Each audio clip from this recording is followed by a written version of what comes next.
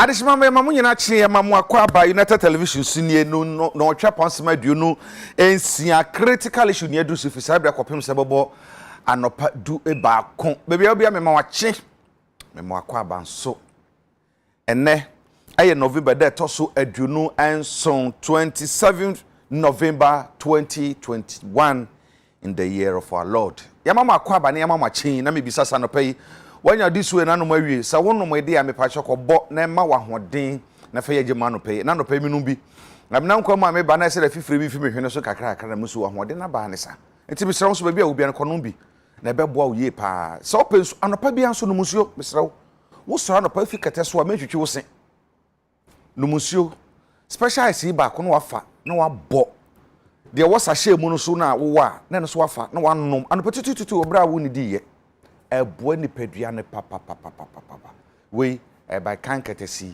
Agya Kwabena mama mwachi ene ye bedin komo ye very critical essence of man ne dachi ene ne kankro ho enti critical issue komo e bedie no basically it's about the parliament the issue of parliament enra budget no ya boagu ye monwi ayon constitutional aye constitutional enyina so hodo enyina so nti a budget ne bogu ne tesai don kase no e sorry free ma se bedwam ho se wo mo ntena se madwumadi ne nkoso adintra wo ado budget ekọ na wa wasan sorry free budget ho adintra the to so mienu wo mo nyina so mo gina nti o mo sorry koye no so eyade ana se fata dom kuma no so wo mo so na ma hodo bi o mo tuye e fa sa budget nsam se hu ansam pansa na nra e ba beduru no eno so ho sam etesen dom kuma na fo nipa dodo sen ena na omra hyebedwam ena dom kase na fo musu nipa dodo sen ena na ewo ho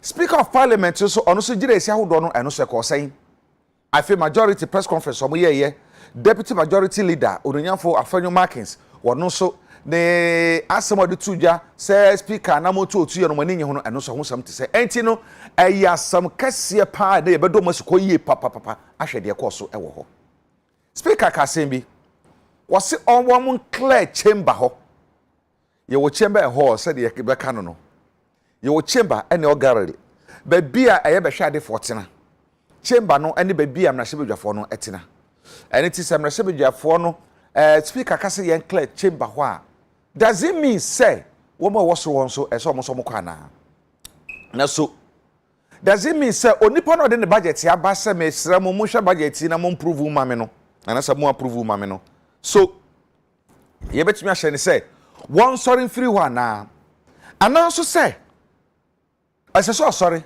esa sa wona ade sare de abeto yanim enti se besi hu ginae a ehu hia sa wa do asama aba no tinam ase ne se ginae ya dwendwene hu wiane atonsa fro se bra ya gya atum ya nyintu mu enti no asam na kwaye kwasi ananta twene ye bedi hu komo so de esi ye nra no ka ye ka be mami ka bi no pagya no kwosoro ehyemoden ehyemokina wo expectation o budget no ho ene de sie no etesen enti no ye broad issue we very critical and na no pay ye bedi ho enkomo enti me to sa fro se kan ho ne yenye aba ne nye fe na me ka won so se ye be ko ne ye ne enua Emmanuel Akoli o mra hyebedwam no adi nkomo na de esie ho nyina no obomo akire yen ye ne wo ma ben ewo amanyosemu afe ye mra pon ye constitution so wo ewo mu nimde ye no bedi ho enkomo na ya hwese article way section way ni de ka ho no hu sam te sen no mu kirechire mu me hwese is it true say ay unconstitutional say 137 parliamentarians out of 275 no ebetumi sigina ade ama oman no because say majority no 138 ana even with that 138 no 137 against 137 and one independent candidate here and as a member we decided say we sigina say I'm going to work with a particular group a majority in parliament which is MPP and tie bedi hu komo yi pa na ye bi san so say so budget no ekueku awdo ya kasa ya sana ye de kom na hyebedwomadi hu abubu akopem de si ginae no na so wo madwempo no mususuye no sanke ye fa wo kwame sanke betumi aboa no mo nyina so anaso wo nyina so. It's an issue that needs to be discussed dispassionately. And to be a will be an mama kwa but me catch us and it's so critical sense a budget once somebody ya kwa mabusika yen sanka asama to yen na mom kame ho e na yen fa seda ma kojak farmer for say ye dwumade yi wo ma fa ho eka no bi kojak farmer say men kan kire wo say esese ni padua bi ni padesani wonum ye hwam ensese wonum yi nka bone ensese wonum ye basasa da bi damsrew ensese wo siase aye konkonene da bi ensese wo siachi eba ne sa da bi ensese wo siya kokko ese efita ensese wonum yi nka bone ensese wo siase firi moja ensese wonum so onwunu anaso de aduane ye hye wo se fimfim da bi enye sa de yakopon ball no ye ba asase so no na yare ahodo nti yenum akokko yesa na no ena ode apose makomakom yensa de aba egumanimu wa ha sa toothpaste makomakom yensa kojafo de aba no omo de enuru ahodo na afra na de aya sa wo de twetwe osen a say bacteria o so ye germs o so ye hwan o wontumi ngina wanum da say ye konkone na bi na wo osen ase wo beko say wo sene na ye mere obeye den usiachi nam ana ehojo ebenya hoden usen aseta afiri moja abeti akopere na wonum so aye hwam aka ho eno achi kojafo edi we aba ye fra no koja p mouth bath eno no say amafo kan mouth wash no wani mouth wash eye bath wo de gina osen ase ya na so pugu a ewurawura osinimu ewurawura kona bi ya dodo mu nyina ewurawura ho na fe emmoa wa hodo wanum na osen ase nti a ha wo no na eku mu nyina to ba piagu no na ene saa nsamafo nyina ena eko o send prokodo so aba prokodo ye ba ko pa owiase nyina kojafo de no eno achi no prokodo ye ne ba bia bio na prokodo ai se pepuru na chi utie wo ya wo bo wanketenkete bi wansi ohwinimu asi ohumi enye waye gove waye troka waye star bi prokodo na mekanfo de ma wo sa wonumu a wakwa bia so beto ama otumi hen ha enti kojafo product de me pachew the quality no woni problem bia ye domase sanso na ewa ha adwene ye kanka beti yi anka bebo wasa mo ka bra na presidential debate ne koso no ye to bakudin Ayarkov sanso no obo wanketenkete wanye ebedwemu na se kona bi kroshe be bi kro ye din ampuso bia beto kro beta ne bohe no wabo ewa ya enti bisrew se wonu abusua ho na se wa ha madwene a misrew a panu aduru bia sa wa na wo bo no eye nsonson ne ha wadwene bia wa na bo ne nsonson woni se nsonson man to bi bo wa etuma ye basa etuma ofon etumi ma bo funu etumi ha wa se wo ye ho bibia enye utumi ni di oba na fura kapu se bebe de onyini da wankasa waye hoya sako me de komenta animi o oboa wo yare nsonson ha wadwene ensonson so amodoso omudi edo na so butiri modin ensonson me ka o masem yi omudi na didi suwe number 1 eye tape wem eye tape so tape yare chichichira de no ha ana ba ko ehuku wem ono ayi sei ohuku nsono na asamato tredo am so ya homa yedi botire na ochinchim saa ntino wo ya ho bibia nyeye ane eba pin wam ono epane owo sei so age mi yam ane around wam ono ekurukuru ana wamo no ho no da nti aduane bibia ntumi fa bibia anko ema wonya hoden ane wo hwepo wam ono teacher ni ene wo yefunu ma ema anko ana otwa sansonso makoma ba nso yi so no mu se ha adwene ne nyasom komantem sew se wo pese wo ne wabusu nyina de mo ho afri san sunsun ho a transfer 400 a format transfer de abana na mekanfo de amawo ensonson eye mo abone wo mu di awu papa tibisrew memma sonson tena wo yam eni wunya wo ne wabusu nyina wo bra transfer 400 a format transfer de abana wo ho no kojibi na bebo na wabusu nyina afei malaria yare ha adwene o me say me nya bi 2 weeks ago it wasn't easy at all for me be betina na enye se bia na mo ahoden sa but me hun say betu anya adura ma me ho atome no eboa me papa eye lobi Lumitrust Fort no yema mpanifo na mekono mu ye na meno ye no baka se magic me ho to me prekope eye me ngonga pa na sadure ni former transfer na de aba entontom hweye kwai lebi owe wa hu no apia malaria emwa wana gumu na fetete wo sa de bia no so ya no fonof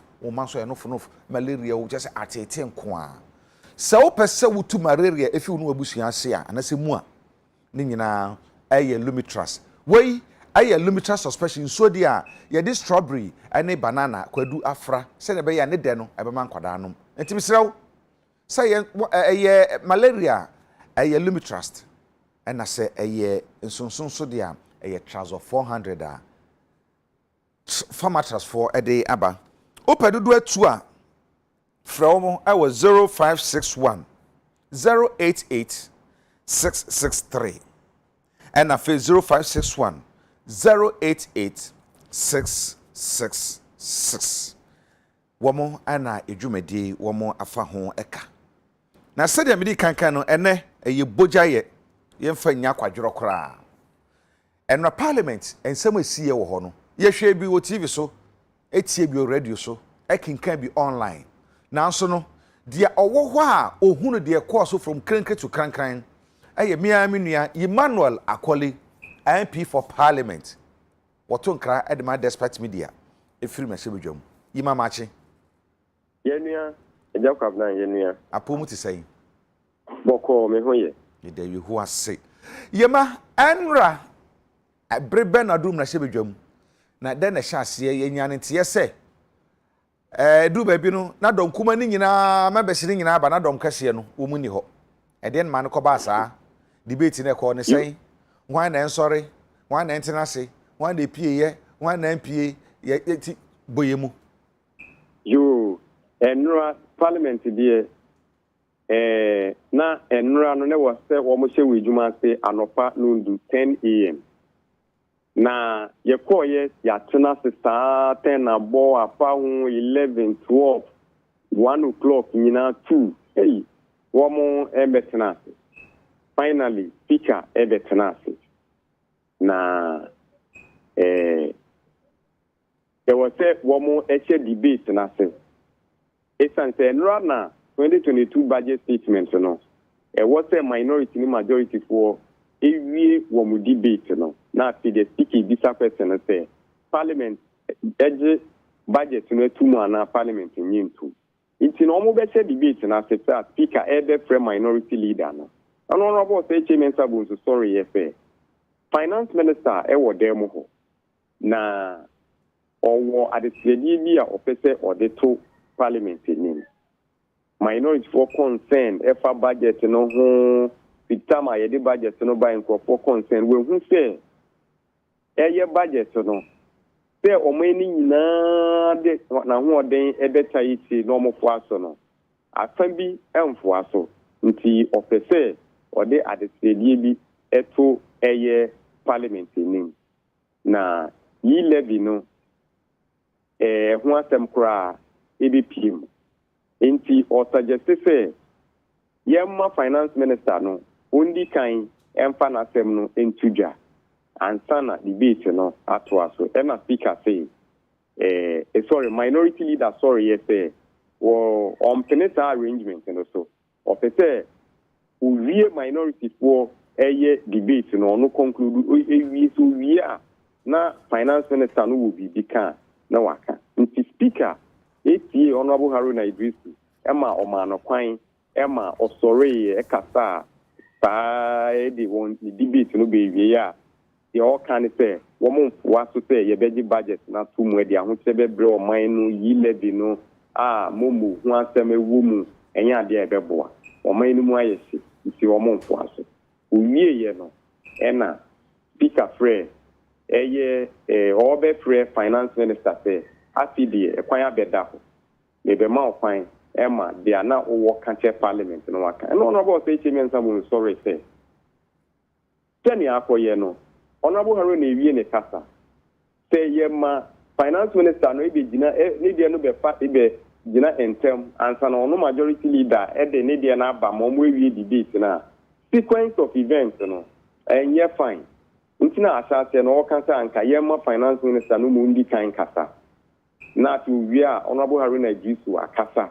No no nso abekasa no we. Ntene akoba no de se honorable Haruna Ijisu aka ne die wi a ono majority leader no on pa ne de no nto aso.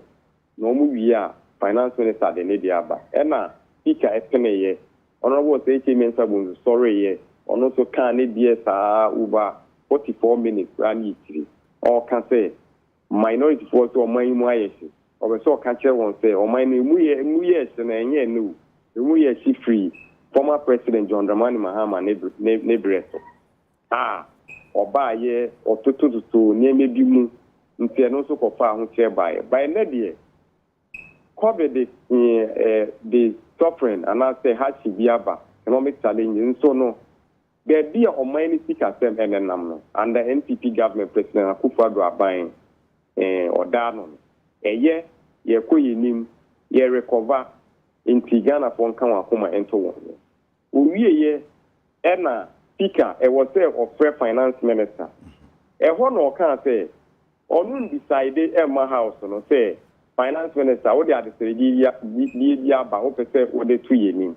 Yenti wa na ma yenti mi speaker mi decide mi jama mo house no Emma we decide nti mi be some question say mo peneso ana mo peneso mo peneso no mo kan ye ena mo peneso no mo kan do speaker bi sa question no majority for I what them no mo kan yes ne kese ena minority for so e kan no kese pa speaker never to decide or say to no for na minority for no one ena one more dear no one from one no near a weird thing into the no has won.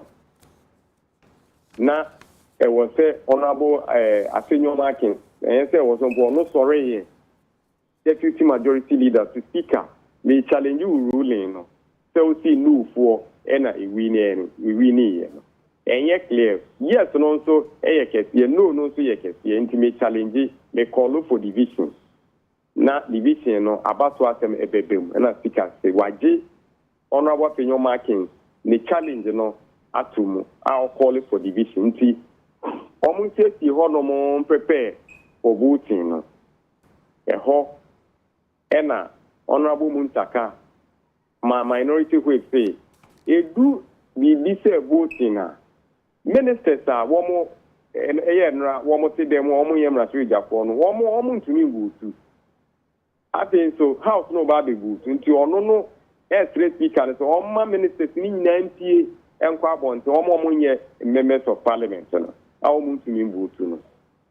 Speaker, EJ, ne application to mo, a honorable Muntaka.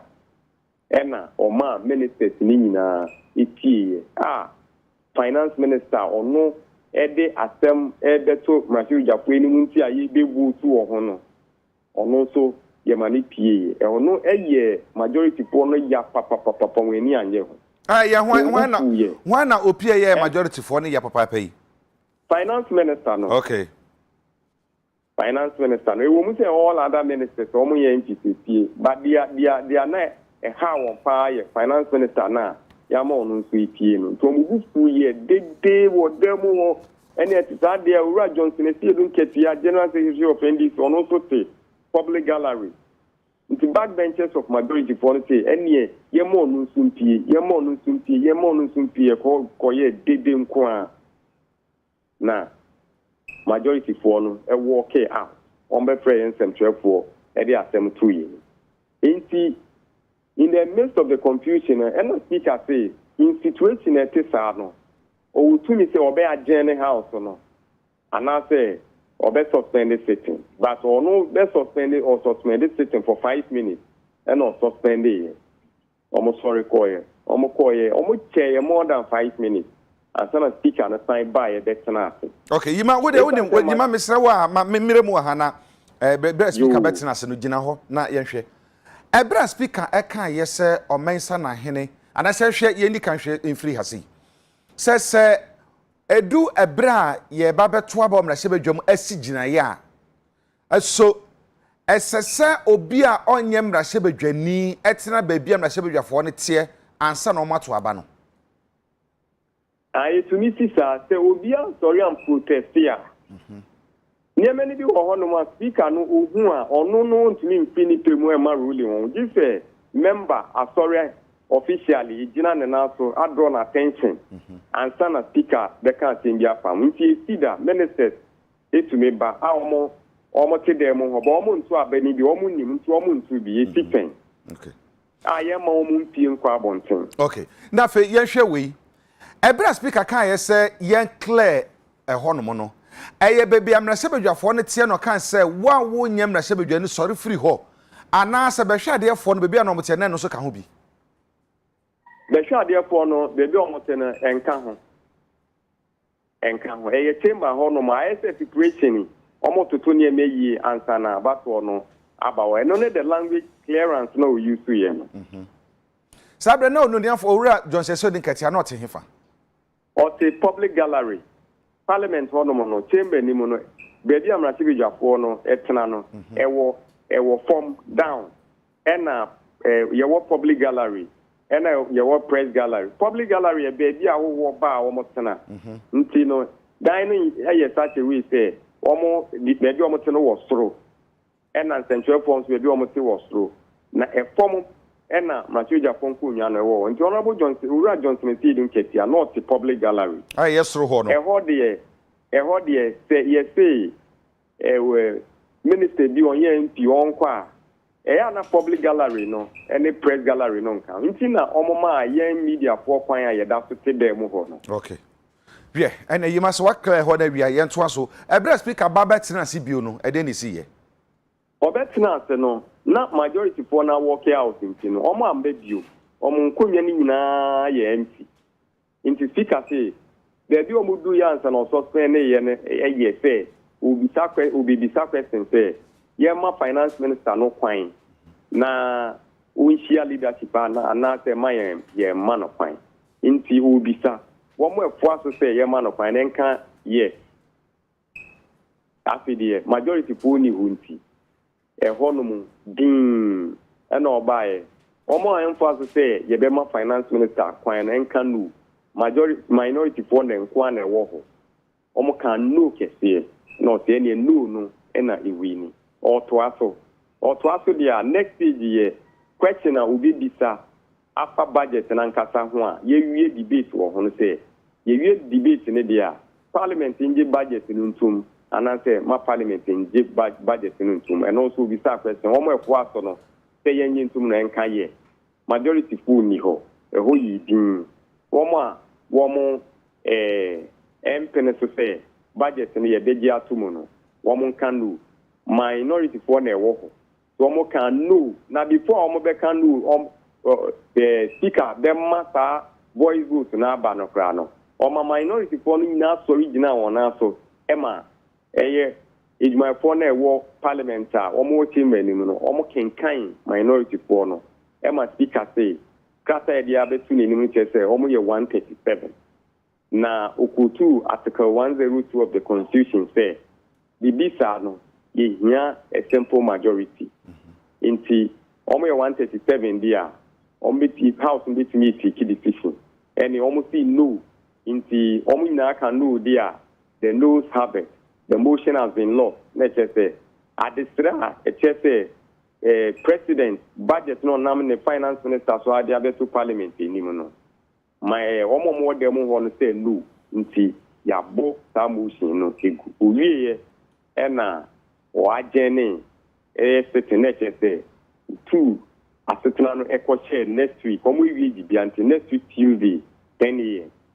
na majority for no say na esi wo mu chi o nti ntem no omo frɛ yensem 12 na dia san abobeye 11 almost 11 and almost free majority leader and okasa ye almost say exercise na course wo chairman mu ebra no mu ni ho e null and void e unconstitutional na che say indimu untumi mfanye ejuma o minor constitution article 1041 HSA the parliament ba bi see ine dia asem no emu ye dru a very important decision making omo hia at least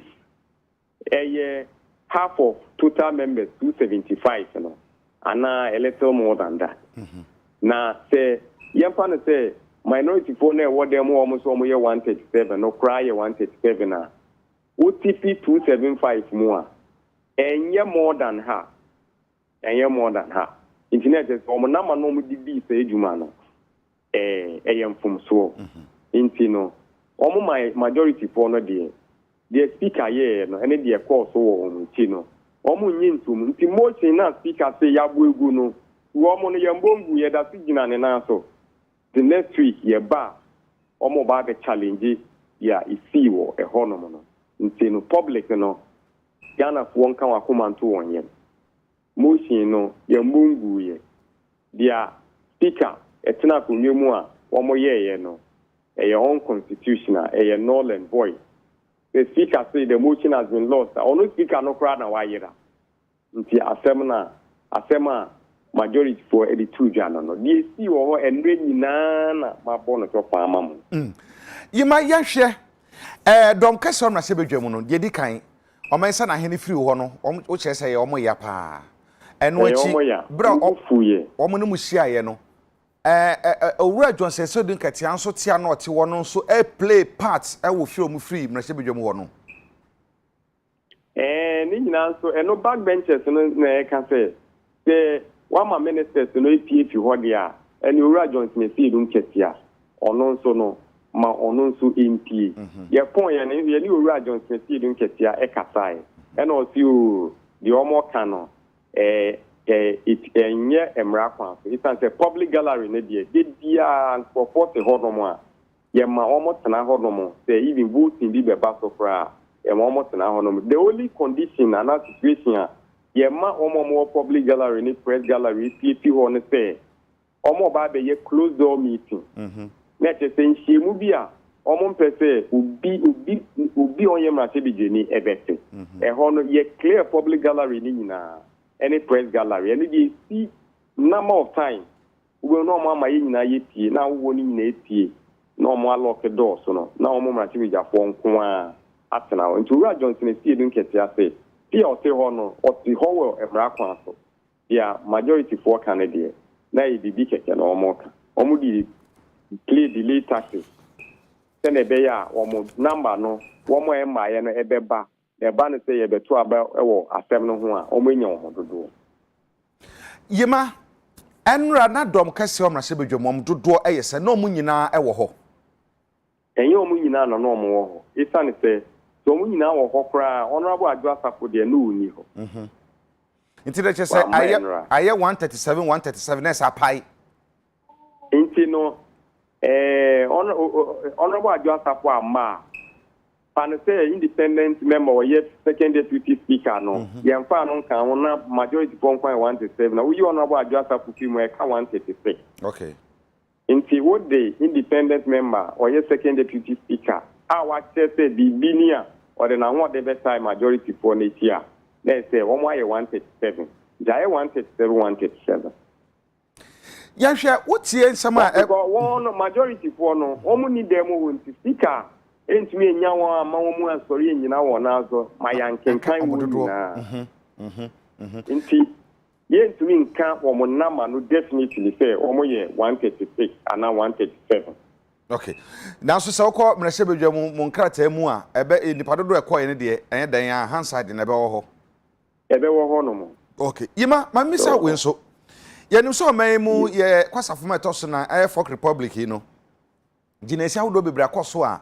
ebia minority I walk out from parliament MPP for opposition omo ye and this for opposition omo ye and so be wiase no say budget say mrebio na yagea to wo bra dom kuma no asore free na sebedwam both MPP and DC na yetie Owura Keti Hamona o chese eye unconstitutional esan say nipa dodo na omra sebedwam ho no enya de a minority no entumi ensi ginae enfa emma omamu ni nyina majority no yima enchirechiremu ben na wo ho edifa say we no be walk out na ye beje mrato mu no ehun something so betu achirechire emu kakra emu kakra metumi amano efa wo mo number ne ho na se bedwa ye mra se bedwa bi ehia ni the Emrano can.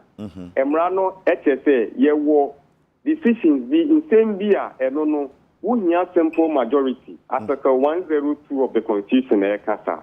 Unia simple majority, in same be Unia simple majority. That simple majority, no, 275. Not a 1/3 of 275, no, a choir say 92. The Yan said if 92 ne what they moho. And found 92 no, a minority form Kwan a woho, and I say minority kakra and a majority kakra. And I say 92 nina a majority for. And ye won't send you a home so I won't be taking the teaching where very important. And on a constitution, no, I can say, if you say Tessa, no. Unya to say budget as I mean unya at least half of the number and I say more than that.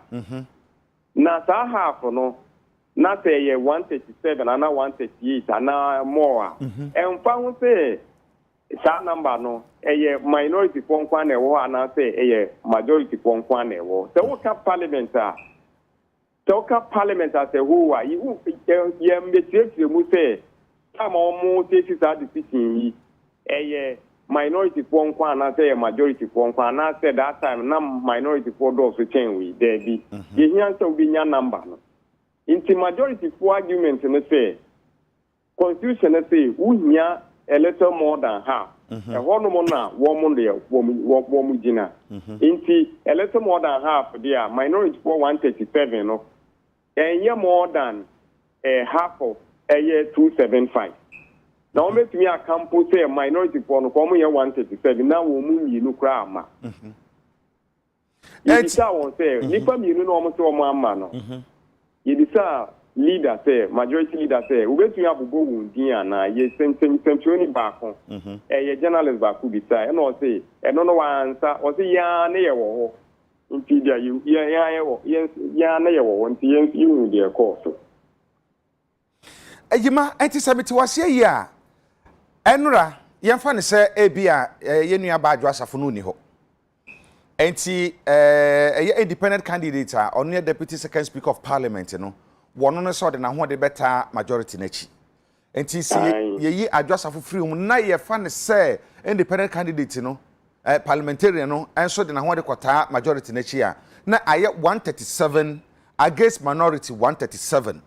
And now church mo ade ba no so kire say si yesi gina bi na say ye be si gina bi ay mo do to say the budget itie ya esisi atumi ya masebe dwafo no efa anase de boro saa ansa na gina sie no yatumi age atum enti si yeti ase side na say half of parliament enra na age saa budget na say bo budget no go enti no hold do officially in the meantime because they call hands at the name Echo hands at the name. Ehoma the see na ye true woman a poem. Na se ubi say on Tiasia, senior majority for no air canna. After na so moba next week their majority for can ye better kwanya omo be paswa omo de ebe challenge ya isi enrano. Na as to whether so me succeed say on be check my reverse the isi and I cancel the isi na. And no, the next week, but in the meantime, maybe a parliament, and it's after I yes, I did no. Sana, Untiasiano, eh. You ma answer na, yeah, shep be. Yenim say answer na won be sigina no. Minority for kasai, majority for so kasai. Onunya for haru na edusu de di kan kasai answer na majority leader onunya for say chairman sabonsu. Wono so wo be kasai. Wo bra minority ni kasa no.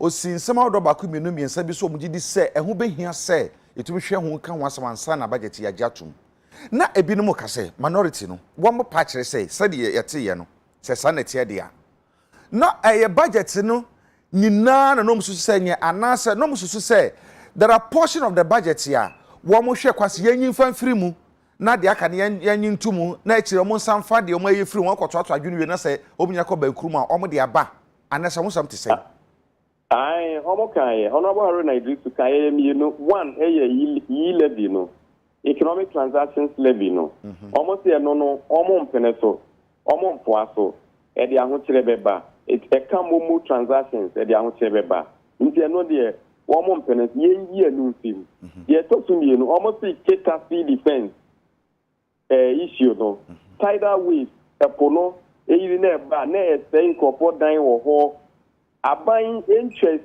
kabia ebu ma Ministry of Works and Housing say e wo budget ni mu 2022 budget mu say odwen won hu nti no or the best solve problem nti almost second issue no say almost person who say budget ni mu 2022 no ye chetika say anate beso ejuma no aye dia ma Ministry of Works and Housing say omo fa nkoye say ejuma no omo condition demands yenu omo person mu budget ni mu eno no ansa na omo apene so etina chese sanka donkasia ne gitumu yes okay sa e-levy no momo tax se de ka no ene keta si defense samsam no so mu yisa gitumu isa mienu ni frimu a akade akare nya de ankobeji atomo enti sa ankobeji atomo eno na finance minister say we hu say minority for NDC for propobia wo consent inti opese osia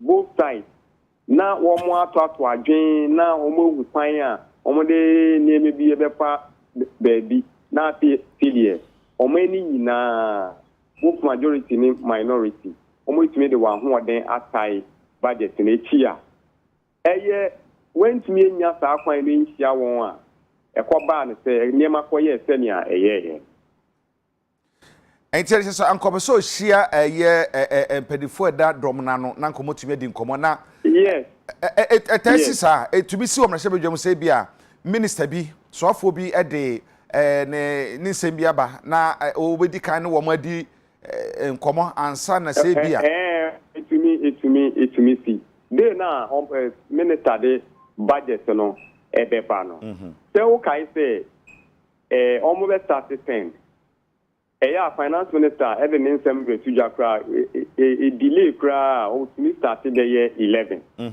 when to there a delay try 11 okra ko ti na minister no o share parliament leadership speaker majority leadership minority leadership ema yese na minority for no say this assembly common fan no abind the car so when wan hwe na yentia enya de ombe ma fine ombe ba abetena na minister no de budget na betuja nti ya atisema yesi ne se omo ye ya ma eka aban de no o hwema omo tia skani tu mansa na finance minister no eba de mo ho ye de na ye ni meeting ni mu ba omo wie ye no dia information ye nya ye no enti ma sese ba bia dure no wotie se de ye wura majority eka say ye unconstitutional ayade a enye tumi enye adwuma pa ba pe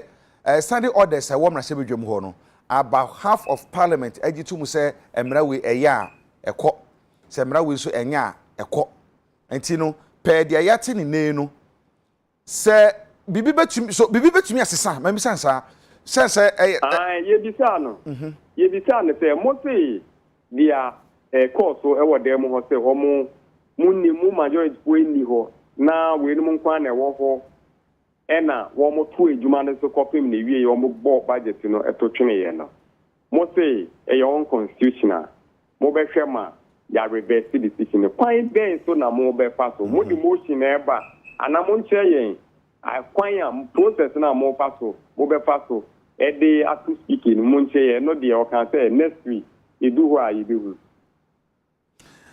yima yenu sa bidika ka se ginansia wodo bebre yakoso oman mu a both MPP NDC ebedu bebi na we said they walk out of parliament efa ginansia bi ho enso be wiase no yesi parliament age sa ginansia no atum notwithstanding say minority no walk out from parliament from both sides bra share for republic yase no enti say ekoba say ebia de si ye enra no ekoba say ekodane a enkonkwa affect ginansia hodo bia ye di kan yesi dada no wo bra ebia minority for walk out na one side of the house no agi samra no tumu well say next week Tuesday majority for but no must sorry leader to me sorry kasama ho no to me efa kwan obefa so ne de ye ni so omo de be kokko to say dem ho na omo be kan no no omo to me the parliament mra constitution e kan na speaker ti akowemu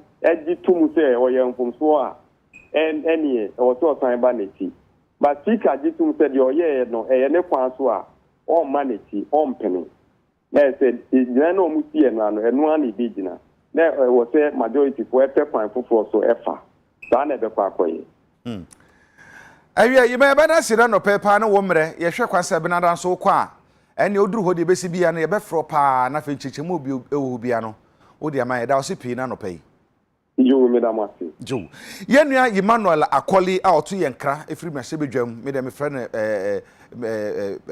MP for Parliament wa ye adwuma ho ache yie papa ono no de chichemu atisa no ebre ye nti de abeduro no na se de ekeka kwei no ebe ye twema mentwe esan se majority for no ebe ejina ofa minority for be jina ofa we twe ese twema mentwe we makorabo ye be hwe MPC no wo musu o da na di o mrahye bedwam ho ensema hodo o kan ye de koi no nsunsuanso a enya wo man no so nsunsuanso a enya o mrahye bedwa no so nsunsuanso a enya we sikasam so ene de tetete saa no ye be kan wasam akwachiri person say yasem a very critical I don't think ye kan no critical issues so no medam ase papa ne anope se na medi kan na bedwafo aye krado nti na enche bia meto safro mo na wo mo atumi aba na nyina de abani na fe wo ma chechero madwene team a ansa na budget beba na yeto safro mo beti na fie ha na ebi so egina afidie so zoom so medi nkomo no o mo expectation ne do mo kan nyina no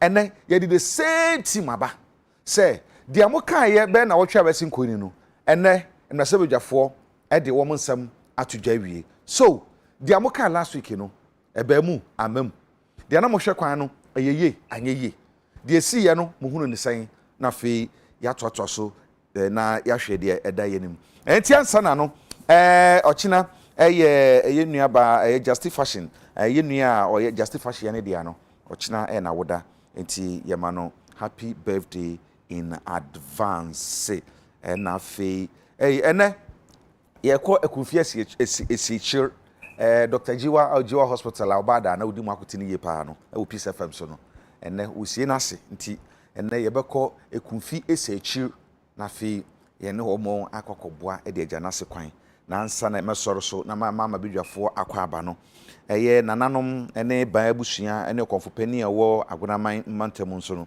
ede mo ase papa obra na ofori ba oman supi awo agona nya akrom no mugya ne kwa oman babu anyina no asira piesie ena ye de ema mu nyina ye twen ho ba ye ba critical issue ye be gya dwenkyere ye twen ho mra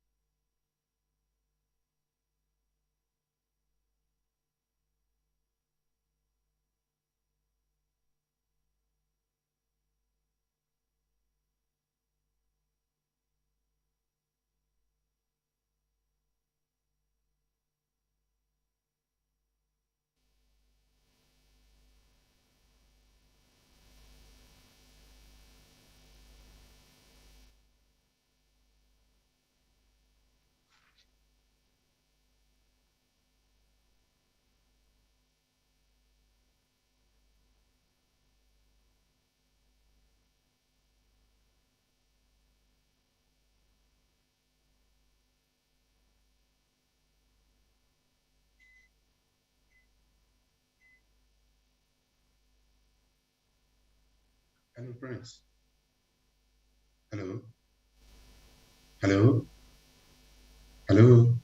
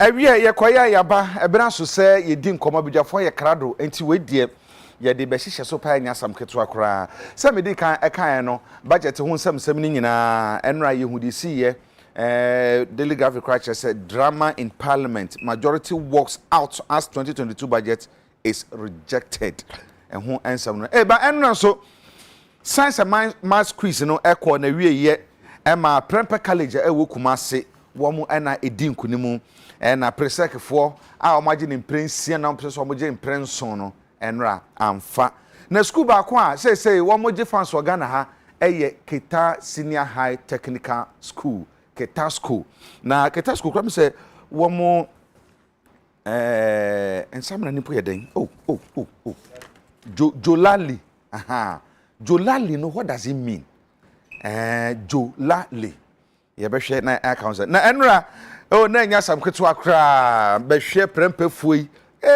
mo de mo na nya sam keso na presek foi dwom ano sa o na gban ye de ye nti ye wura na so for support this time around amfa enti me ma good morning good luck next time around and afa Keta School for de no kuranie mama anigi aba sense bibia mu free ene bibia mu wura mu a bedo bibia mu wo no ehye nkurampa na baya na wo mu Francisca oh come on she's a brilliant sweet girl enti no ye congratulate nkwada ni nyina we na kire say Ghana say ye yire ye ho say ye ye bibia we can do it and do it and do it and do it pa bo kan manfi Methodist Senior High School emaya no wo mo kwama no the whole world I can't say because women do first.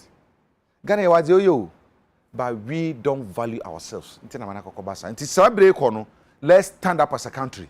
Yen sorry, you know, so mine. na yɛnya pesa mi kuma nya woyɛ mu no na yɛmfa ɔman no ho do ni kan na yɛma ho bɛyɛ mfidu na mfiadu no you see the difference ɔman bɛ sorry agya na so pinti congratulations to all the contesting schools ahodoɔ fancy pim wanka yie yɛbɛn dɛn saa adisco nso gɔn yɛbɛn dɛn saa na wɔn aka nyinaa gɔn nso yɛbɛn dɛn ɛyɛ dɛn abako na esi odi nkunum nti prempe college yɛma mo ɛne adwuma paa nti ɛnɛ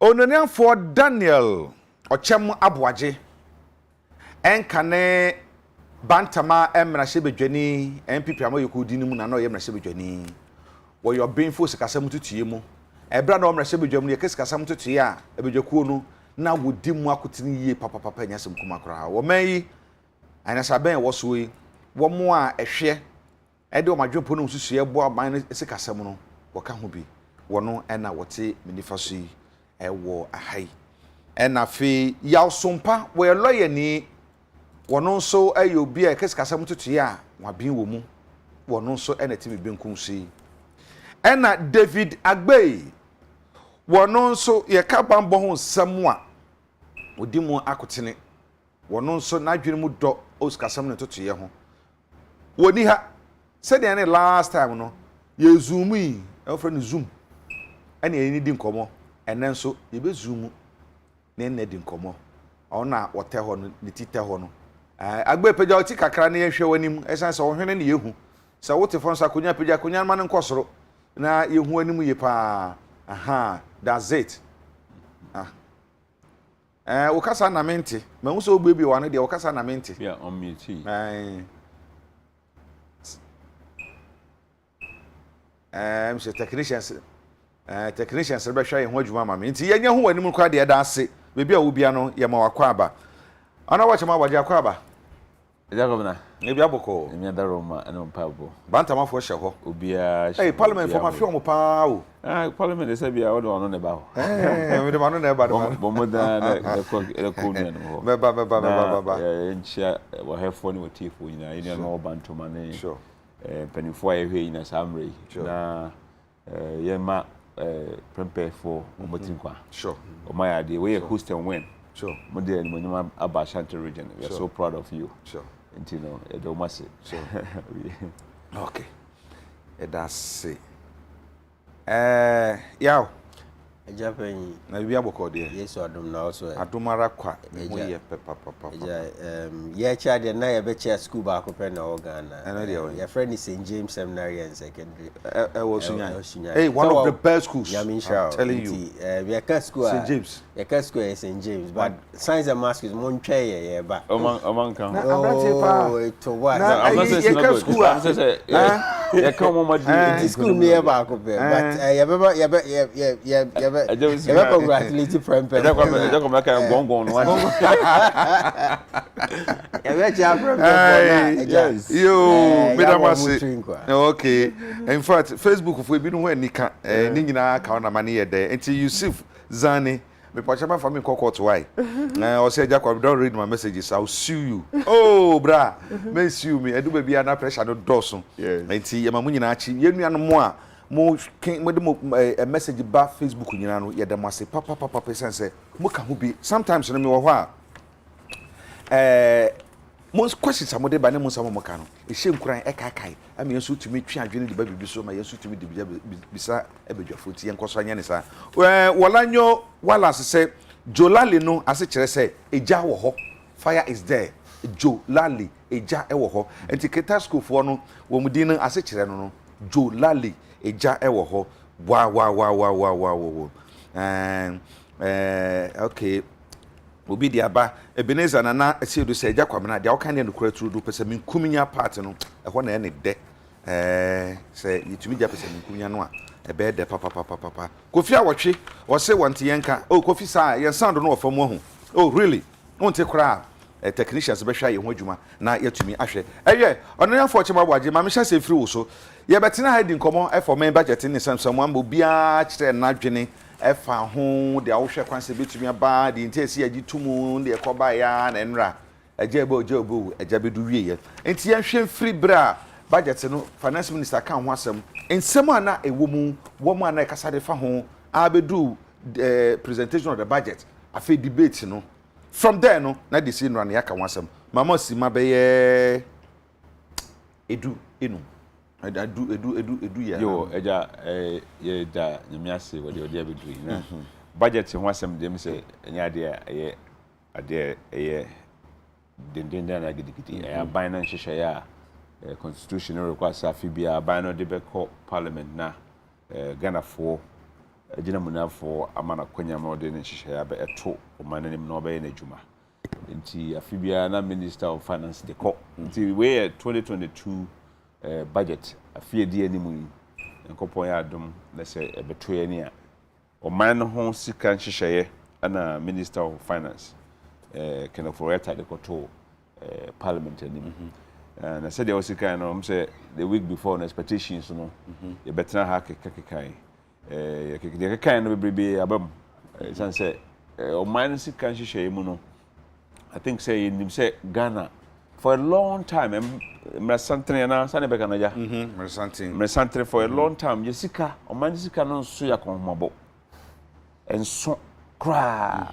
so my ko gba ko huma ehia be 1,500 obekom be wie na yenya be 1,000 cedis na say da bia ti say ko pe bi so ansa na oman akohumabo no atumi aswa no enti sa na dia ba MPP NDC adi na mu kra but sika yehia for akohumabo no akohumabo no enima be na num bi ne ye de bitua adwumayefo ka de bi supporto aban institutions DCs ne government business goods and services de bitua eka repayment of loans bi si ho na be kan interest de bi so eboa empuntu nyuma aye capital expenditure ana nema kakra de aban sika ye basically about 3-4 major items. Na time bia no ya na nso. Nti sent no from time to time aban ba bia na o chese okay sika e benya nyina ya bia yemfa nse be 1,000 cedis. Na ye hia be 1,500. In this particular case aban ka about 100 billion. Okay? Na sika e be hia pa dia bo man no bra no is over 130 billion.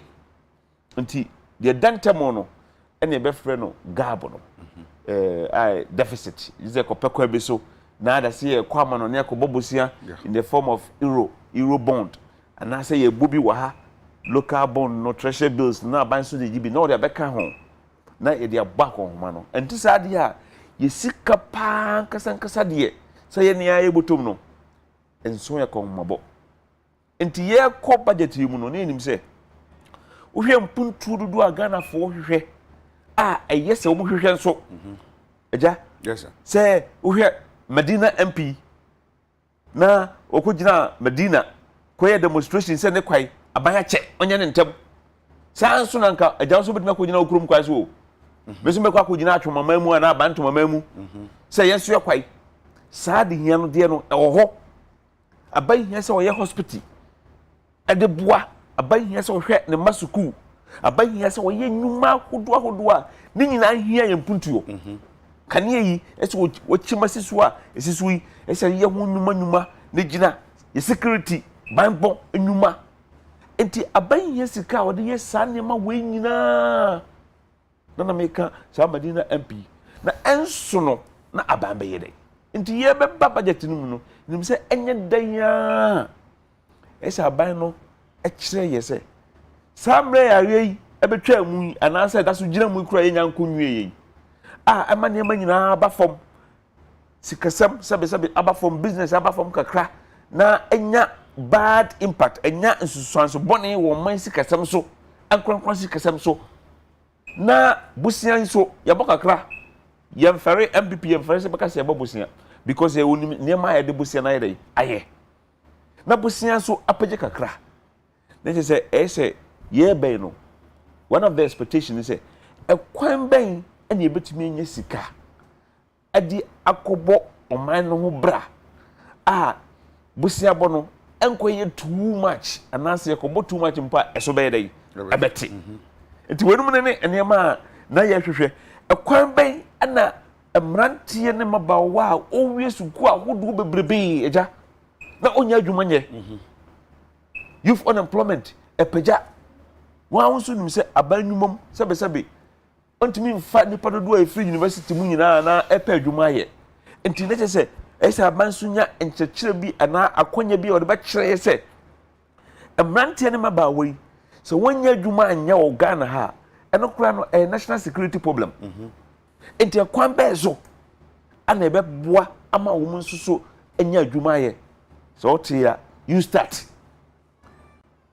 enti budget na hyehyɛ no ɛyɛ hyehyɛ ya so otie nie na do ne to foma hyehyɛ ya respond to a higher namu as oman baby ye drawing after covid aba na yan fa say yeda so nam covid mu no baby ye draw kwa ba fa so ekyinkyim oman yi ama oman sikasam ejina yi na sa panentuma pa efra nti obehu sikasam na dia aba kase ya nyina yedi hu abobo a yedi hu enkomo a bande abeto se yi levy aba say ya enkobo bo se mebrebe yempakwa bi so na yen hwese betimi de 1.5% bi ato ho na yedi aboa ye debate ne koso ene se ne namu ya aja enra aban members of parliament minority for enko akogina wo se o ma reject budget no and me fi say so hwe budget expectation na revenue measurements this times no Kwabena betumi afa so onye sika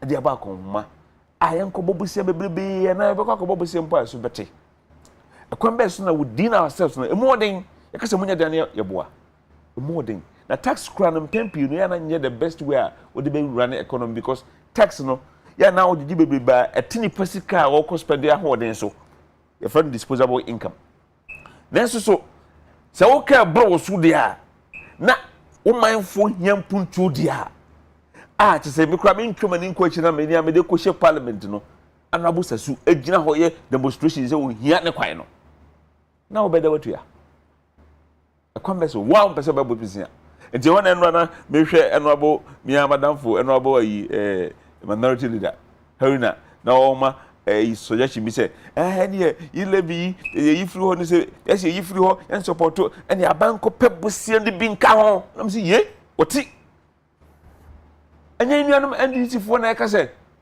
oman busia bo adurusuro o say yi levy no for instance say the bear almost 6.9 billion na ba dia and ye faka ho prokwan na okra no afi kra no budget impo no okope bear almost 37 billion and the aba in the form of deficit and if 7 no and 6.9 no one preko then you bear almost 44 billion which means say so tie na 70 year pa dia NDC is saying say instead so be pesika kra Africa no komabosia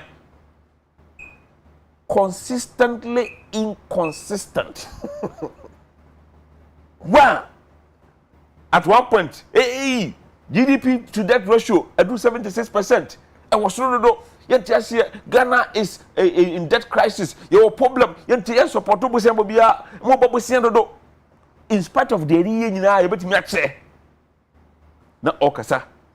Na me dey ko wi ase no. Politics in tea. Sabe propaganda. And say person say yeah Ghana for ho. You support Ghanaians instead of saying be kind of creno. Do you see this as propaganda? Agya. Because enye omonko na kasa de fa sa aye levy ho me kan yi. The money here dey pa no say. Obi atimi kire na dwene. Yes. Me. Madwene mu no. Mu say NDC they are playing politics. Okay. With the budget. Yan hwe say sa levy ye kan wasem say politics NDC for play ya. Yan hwe ekubi say Dankwa Institute. Yes. On my press conference. Enye me na make. Sure. We call daily graphic mu a by I think Tuesday or Wednesday front page say bam. Na sa story no Joshua Bedi Akokumsin ene jimama okan ade and a report here. One say Wednesday November 24th 2021. Also the executive director of Dankwa Institute Dr. Antoinette Chibudako noted that lessons from other countries that attempted to what the share if you ranko ba or say Dankwa Institute has called for broader consultation on the electronic transaction levy, e-levy, to pave the way for its acceptability by the public. It said the introduction of the levy to widen the tax nets and rope in the informal sector was a highly recommendable initiative. However, in its current form, it risked pushing people to engage more in cash transaction. And now, I say, the executive director, Dr. Antoinette Chibudaku, noted that the lesson from other countries, African countries, that attempted to or introduce such levies were far from encouraging, as patronage of mobile money transaction fell drastically when the idea of taxing was mooted. For instance, in Tanzania, she said, the evidence suggested that the idea to tax mobile money transaction did not go well in terms of revenue generation, with similar situation occurring in Kenya. Or say, we recommended that the government hold broad-based consultation with the myriad of stakeholders to make the levy acceptable to the populace, Dr. Chibudaku said. And she recounted that when the value-added tax, VAT, on financial services was first introduced, it took the government over 2 years to do consultation before coming up with an indicative list of fees based on financial services. Until the extensive consultations, he said, led to the successful reintroduction and implementation of the tax. But Agya, as my executive director, Agya America was say broad consultation. Yes. On can say in free. Yes. Or say, but broad consultation, more yeah. The question is, CIO, to see a budget no at the hall. The debate on the principles of the budget, not just say, a ban didn't share economic policy aba. Me here's Kababri saying I'm the developer mine. If you some person me levy. A Jawa NDC what county here, no MPP Macamedy. Na young share se consultation here limited in power. Yen transi, yen ye, then kasa emfa. But the government must bring something. I'm not saying say 1.7%, no. The best rate to. It be crazy suggest 0.5. It be suggest 1%. And the yen kasa from baby free bano. Abano dia beto. One fa hia madia na baka se bibi. Abano say hwe e ka no a ye bɔ no bebrebe no mpuntu amanfo pe bebrebe. A ni nyina hia. Mpuntu no de hia. Agya ntimi ntra ho ma wo mekae abrabada ho. Ye nuanom NDC fo ene kwa bi so no ampa bosia bɔ no e ya dɔso. Ahokyira ba ye gidi ye namu covid. E kwan ben so ne befa so aye. Nti aban me aban me de aba o 1.75. Mumia fan card ye ho. Ebi beka say transaction tax, because be say no problem. Yen discuss na yen pekwa bi so, na yen so yen tie ka so, bosia boso, na yen pekwa be fa sika. Ana ye benya sika fu yoman mu. Na aban bosia so aye dai ate, aban yen sika adwuma. Enti say yen nuanom am wo dankwa institute say, yen nya broader consultation. It is just good. It is correct. Asema ko mo kan ye. Ewa ha yenhwe se nye no koro ya na minority fo so eka o say na yentua ye ni no de meba o say we recommended that the government hold broad consult. Okay, yes. O say baby o kan say omo suspend no o say sanka omu susu say sanka aban be suspend sa E11 no na why broader consultations. Agya see nyina gitum wi a na dey back said your VAT ye did 2 years here broad consult ye twe san ye did 2 years broad consultation and answer na ye dey eba and also ABB ebo it's not the same standard and minority and also aban any who how okay aban betimi aka say ade a mede bai bia mede beto ho no kasa na ito so dodo mo me nyina enkotena se ye nyina as Ghanaians o ye kotena se na say okay aban we dey me ho be 1 year 10 yo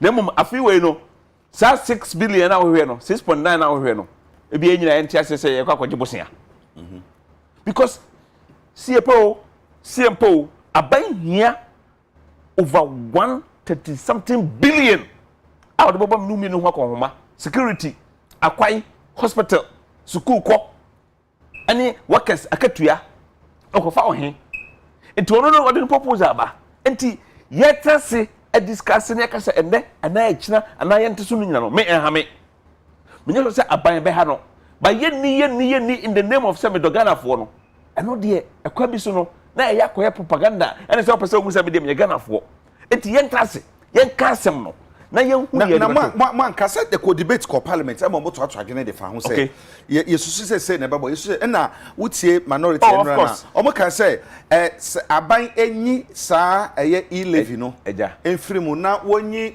I think say reporter anopa why dey pa enyi enfiri mu na me monitor wo chira question say obusa ayima Emmanuel Akwali and then koma course of parliament enyina sorry beto e enro na dwele see e say na ma nyina nwumre see e tene ye monitor the questions na busa excellent but say about parliament na minister of finance a move motion na the day before no wa ma ebia bebinti wontumi ama na wabana monsem miensa amoka say yante bibia amfa keta ho na mboa yante ye pese bia ajapa uyifiri mu ana ye pese bia e-levy no emfa makra no say enye maka de amesre mu mumma me mre kakra na me ne mo mpani mfo nkohia na makoye mo hise da bi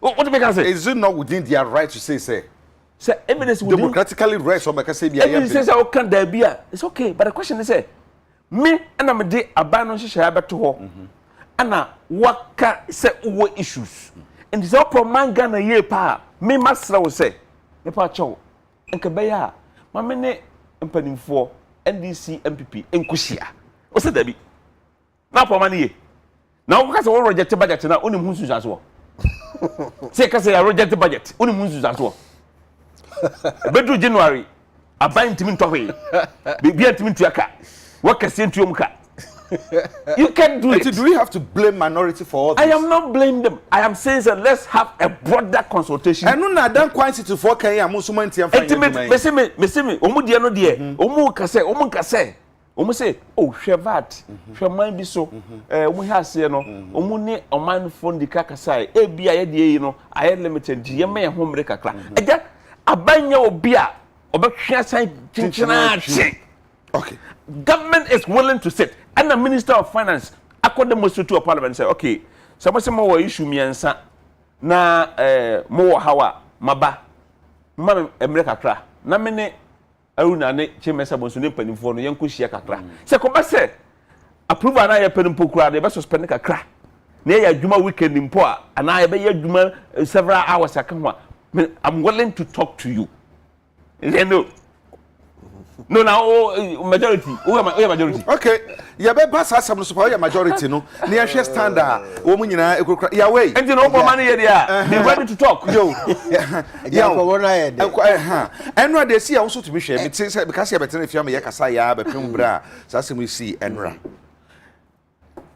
wo ma ye mo ba mo fo no e ba bonte be kasa mo djuma begu o mo kasa pa ye wo CSO su bi a e kasa de fa ho ye wo financial experts bi a wo so kasa fo bi nche say eye ma wo to explanation so mo ma ye no reasons it to say ye na so for ye implement no was so excellent and e bi no so wo ho a wo mo so o mo adwen kire mo de ba ye ne o mo suggestion na so wo de to ho say ade no emmoa no wuti o mo so argument na and so one word the other no very excellent and ye didi mu a ama minority aka o masemo a ama ekuku awdo bi a aya me kana me de dan kwesi to aya example ne na so fo mu nyina be church ma dwene ha ebepem be bia ewe could we have done something differently or can you to be nye bibi and from e-levy na me say no the major bone of contention was asking me who a this say ho nyina ba can you to be nye bibi sanka now was it too late let's put it that way was it too late to say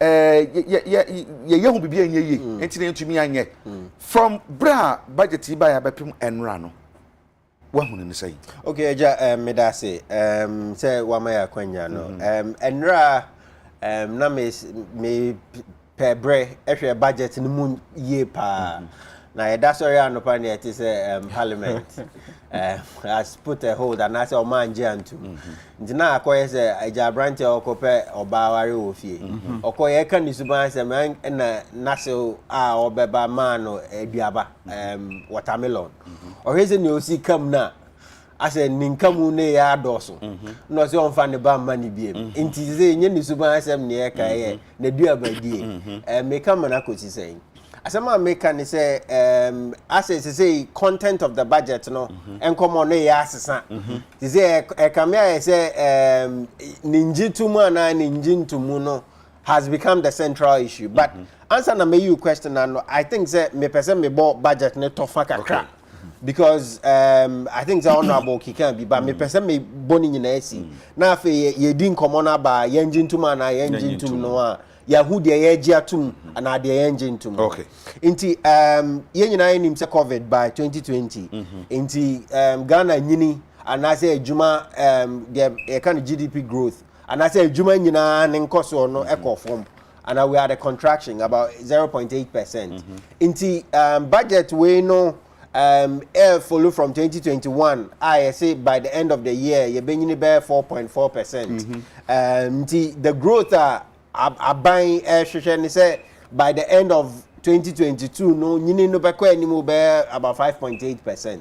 Into this is supposed to be a stimulus budget and I say budget didn't kind kobeba from kwan ayefa so covid dey call from no kwan ben dey be fa so e benyini the thing common as budget na hwehwe no ye hwe budget dey kind call any ye yo beba after say ye nyina ye adwuma akofom ye ti botae na se a ne ehu se answer na afe no ekọ awie na September 2021 na kai de abonten so for dollar denominated ya about 164 billion and kai de locally and domestic debt about 178 billion in the nyina kai be 348 billion as at September 2021 and I think so honorable kai and I think so be organ better say in terms of the physical deficit and the debt no yeka and ye kwaya da sika ye wo and niama ye say no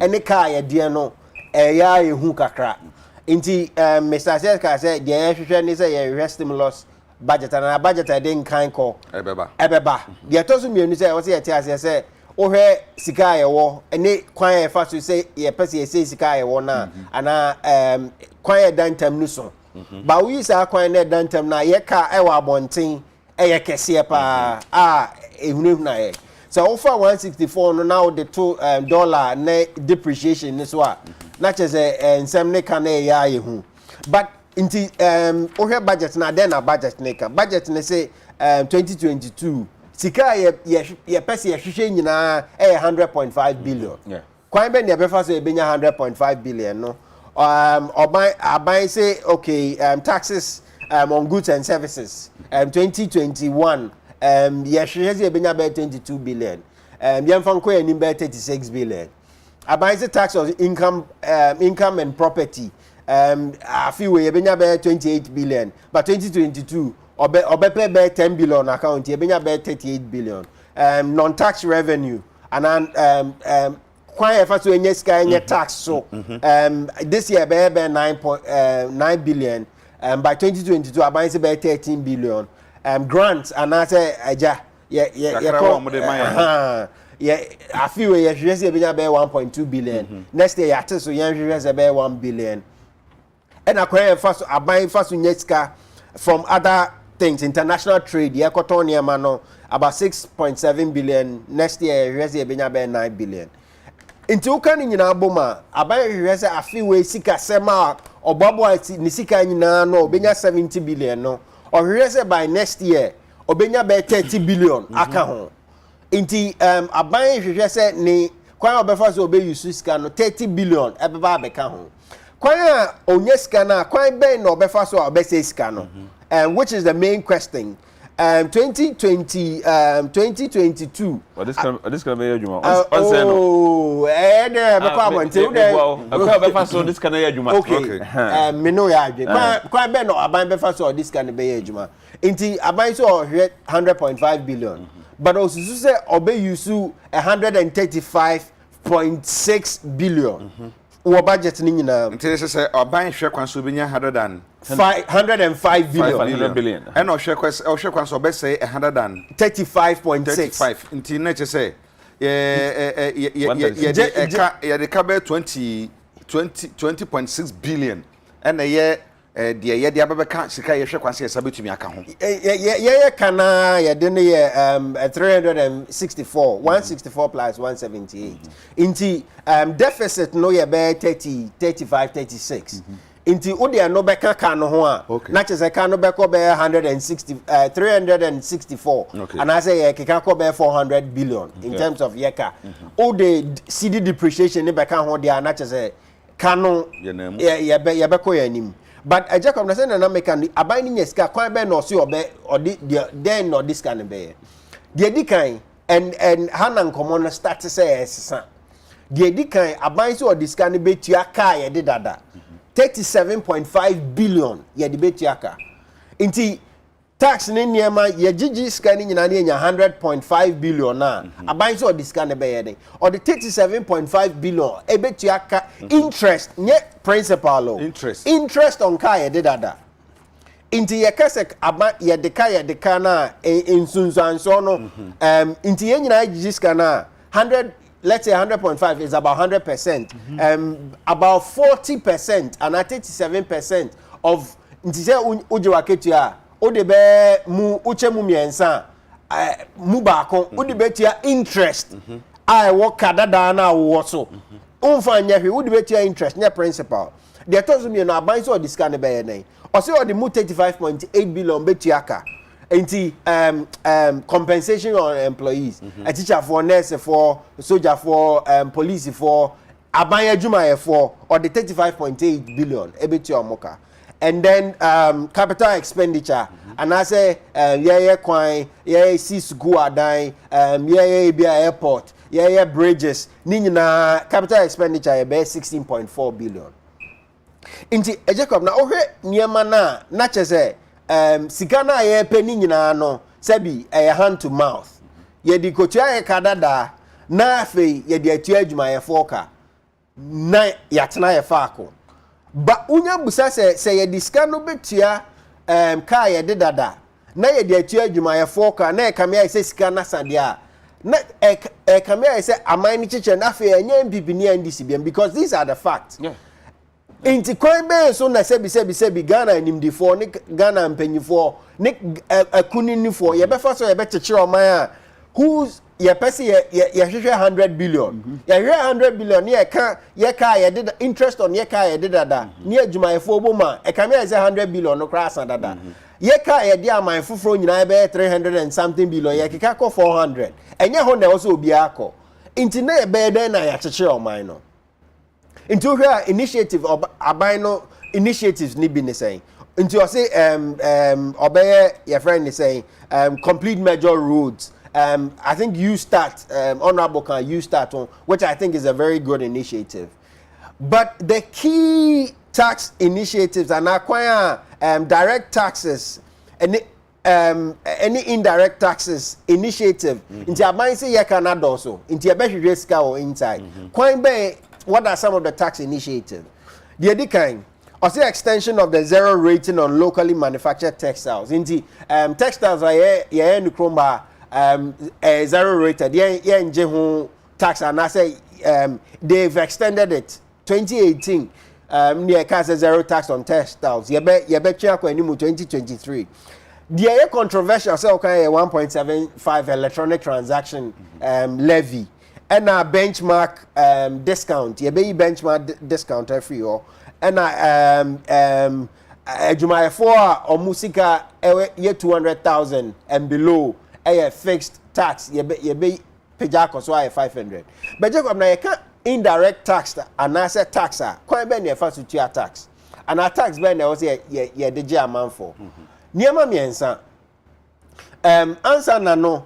Tax any a teacher my obi anim say o my dia tax but I also hear who say be America and the colonies omuni British for ko here no America one of the key reasons any taxes almost say taxes without representation into the colonies omuni British for ko here omuni US not tax you hear French Revolution tax and the coffers antokwan by into the America na cosini say tax near the year my year, but tax no crown side me ball mine. Into say ye di tax in common now. I will say yes here. Basically, universally, understanding of tax and I say economics Adam Smith near economics ni nyina o say answer no obi betimi atua tax ni de di kan ni say o say nipa kro timitua inti sebi se miniska oje me tax a enye ye inti e wo say obi atua tax in proportion to their income, and so direct tax is always the number one route. De nipa kro wo no tua sebi niema ayeka adwumayefo akatua me need data, but me assure so far analysis of from 1987 now correct send ye to Ghana for akatua emu any senya mining some depreciation inflation eco form me assure that standard of living eco form over the long haul. Into the question they said direct taxes no adwuma for akatua nkosro into taxes direct taxes ebia ye nya kese indirect taxes VAT Nyama for those are the indirect taxes. But a Kamea say Abai is introducing something which is transactional tax, in my humble opinion. Into transactional tax, and yes, a sebi uoska and a tax. Yeah. And I say sebi and yes, abia makoto adie and adiana makotono indirect tax on adiana makotono. This tax is supposed to be on the method of payment. Sebi a Jacob na makoto ata adie way. Se mekase metia cash a ye minja tax on home but se mekase metia atade no with me mobile money there metia tax obe why na betia. It's an option for payment. It's a payment system. Into your tax is a transactional tax, then it falls on its basis. The argument say yes no, I think that in some market you know establishes say yes ka, but yes can say be to talk Maria. Only Nambia. Inti nipa no sebi mame na oto niema o dwaso no owie no betia direct taxes and I say everyone on direct taxes in indirect taxes no say or make an election so betia taxes no through a mobile money platform I also tia taxes were home. I don't think that is the way to go because transactional taxes the evidence say how kind dankwa no African countries be a try paying. And what is the effect? What is the consequences? Inti, I think say I will say a hwehweska, but if I say a hwehweska no, is taxes the only way? Yes, other revenues, other means of generating funds. Abai wo nyuma, say nyuma no, are they making profit or losses? Should it not be productivity? Omo asebi yeti omo 35.9 million say omo koye juma no. What is the product? Abai juma efon, what is the real product? Inti san common na OCAD in increasing productivity. How do we grow the economy through productivity rather than taxes? Inti having said that, now questioning about whether as a parliament engine to man engine to so obviously in this communities is here betimi. Yeah. Now what can say be? And I'm bisa say obi can say direct or indirect and then as for no. I say is that not any one other means I bet me afa so de ahyem kunan ama wo ma entu ato no so no e do mo ho agimu bi etu ato san say mpampi no tu ato tax ni tua we ya good question enti ne say enye okwan bi e bet me afa so aka say ade ni tua ye nkrofo ye enti no ene ye mfo okwan we nso no ebema obi opompo obetumi atua na abomo mani sikasem atumi agina. Okay, Jacob na mete dia o kana say but ye fa ni say obi ntua tax kra nti yesi ye kofa mobile money ni age obi tax abranti a we school oje aketi 1005 ye better no directors because pay as you earn nti najuma ye ni better no tax directly. So or send this guy command mammy, I find 1,005 or send it 200 cedis a command mammy. What you the tax but obetia tax on the election of using mobile money to ne mammy. Okoto sebi okoto adie or shop and ever okoto seminar okoto pep student okoto saniam and obetia indirect taxes. The question is, are you then not double taxing the other people are overtaxed for more than that in the interest of the other people? Okay. Inti you overburden sebi ye nyina nim say dependency ratio nipa ba ko a sebi oye adwuma ehwe nipa be 4 So dependency ratio nipa ba ko bia o ye adwuma se bi kakra ba no ohwe nipa be 4 enti nipa be 4 na o mo sika no by election of using mobile money no or onu se bi kakra ba ni nsema o mo obi bi no you're actually burdening him over about 4 times what ordinarily should have been his portion because there one no na also tia ema aban no but since obey use momo nti I was say outside 1.5 can home and I think that one of the here assemble ko here pa ni say transactional volumes and your value the take na me 100 cedis na me ma 100 cedis e here now the 100 cedis no ema honorable or chamabo agi se here transactional value 200 cedis but 100 cedis na efi mi nchen ba wo no 100 cedis na call honorable nchen say me ma cash and now the cash na ma honorable na say be the top pen where the value still remains the 100 okay. But answer na me 100 number ho through momo no you be 1 cedi 75 a fee so yes swati also who the farm momo ma honorable sika no so swati so because momo the transactional and the currency of the transactions no edoso nti you only said the value may be high but it's the transactional volume into Mrs. say I was say their wallet no probably is the value not the transactional volume because then it makes it a transactional tax not an indirect tax or a direct tax. Okay. Me that question is very important. Yeah. I memo abom na yenu agbe David agbe agina ye zoom na che. Agbe, what you mean ka? Agya Kwabena me te wonka. Hello. David agbe what you mean ka? I'm say Asa no wo from. Agya Kwabena me te wonka pa. Okay, good. Na me enura de besie nya sie wie ye ti ye enura wo ti ye no wo ti nkasen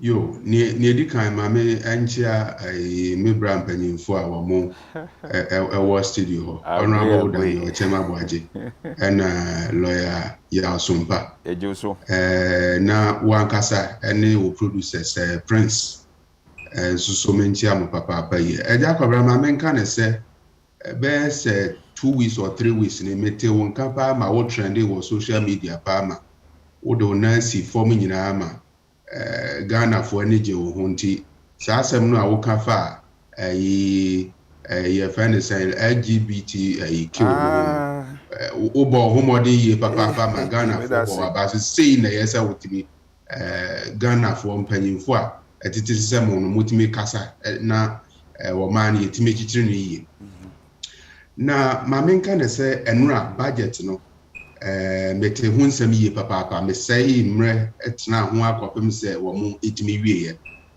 na mamenka na se budget sie kasa budget a oman no esikasem na finance minister emre enemre santen no wode eco parliament Emma Parliament for ebobo hu enam say oman no akohumasika say ye de sha aban nsa say aban afia ye kwakosi mu 2022 ye akoma say ye de ma aban say we na bia fatwa adwumayefo ka we na fatwa Ghana fo eka we na fire mpuntudwuma emma oman but before say obeye sa na oman Usunya public finance management yes before say aban ebetimi ayesa na oman nyina no eyese ne wo ye public consultation ade ba ko a ewo mu awo democracy mu say ade bi a obeye wo oman no edin mu bia no eyese wotimi ye consultation uje nkrofo adwenkyere nkrofo ensusu ye said the Baya, Ubetimi Cruci Sano Manina, the Agungrata so. Wasone so, not what the Acco Parliament, I'm a Parliament, a bobo. Near who ye, I decline our Parliament, a budget, Imune said. What ye all the institutional, as a bino, as what image were wide venture, or Munina or Mocasano, or Mosi Derby, a buying and to me and yet public consultation on the budgets. And no etosin our public finance management. But Agya minimum say yani gutafoɔ kasa gutafoɔ kyerɛ sɛ ɔmo ne aban ɛgye nkɔmɔ ɔmo de ɔmo input kɔɛ. Even transport union. Transport union for so de ɔmo input kɔɛ. Enti sɛ kasa aban anye consultation biya. Is that the reality on the grounds? You see, we have stakeholders. Sa institutions are obo odino. Okay. What here trade union congress? What trade union? Any other institutions that yes about to me consult to so we prepare 2021 budget and no kwa we no yes I will start another public consultation. Now no for a because 2021 budget abaye why projections dada. So we to me a budget no what me afa mu nsem a yes I will call 2021 budget. Now we share projections abane ye. And it's our year projections now. Yes, I will go back to the drawing board. Now, only stakeholders no quiet consultations. Now, what you want to because Agya Kwabena want me and yes, I know manua. Ubet me a fairly and no ebin yamu parliament. This is the first time in the Fourth Republic. A BD budget. Aqua parliament are rejected. Yenya 1992 constitution, yenya bida. Yawo Ghana Kurano, this is the second time. Mekaisa Liman time Nkwana, a friend said Professor Benne a presented budget called Parliament, or more rejected.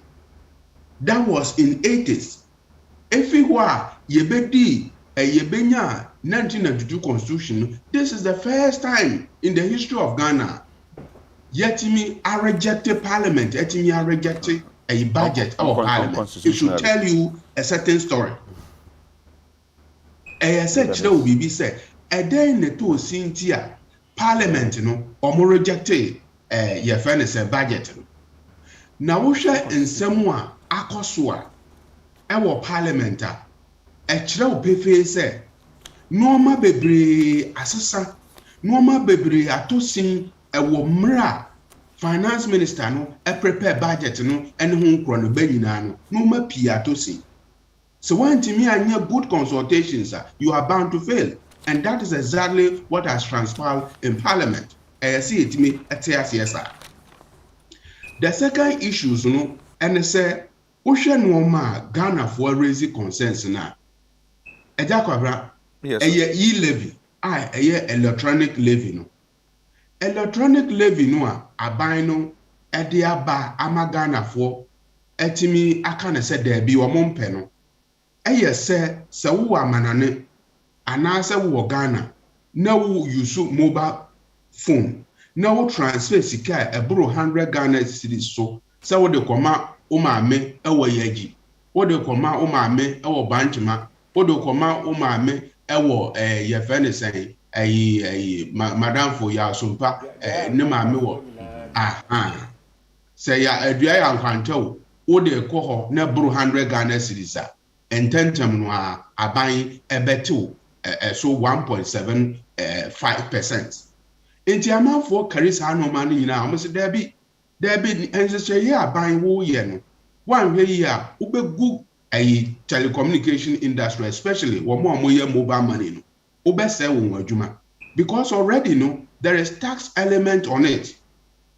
Enti sawo sa the tax for 1.75% to so no kreni nature say kamia say wo say edwan ade ba ko Ghana for kan ho asem baba ne eto so emienu eno so say Ghana yenim pa say no the last year no aban de bibi ko parliament e fe ne ejapa say Ghana ye gudie a e sha asase ase say ye diamond say ye gold no wo de kwa akosi awowa no watimi agisika epi di ababaye ni opese wode ye eno so no wasafa kwati kwan so epeso osade eno no wabaye na Ghana forecast de bi yempene wasafa kwati kwan so e de ahye 2022 budget no eno eso minority force de bi saade no a aban eye no eno so omom empene so de etoso miensa aso so ye se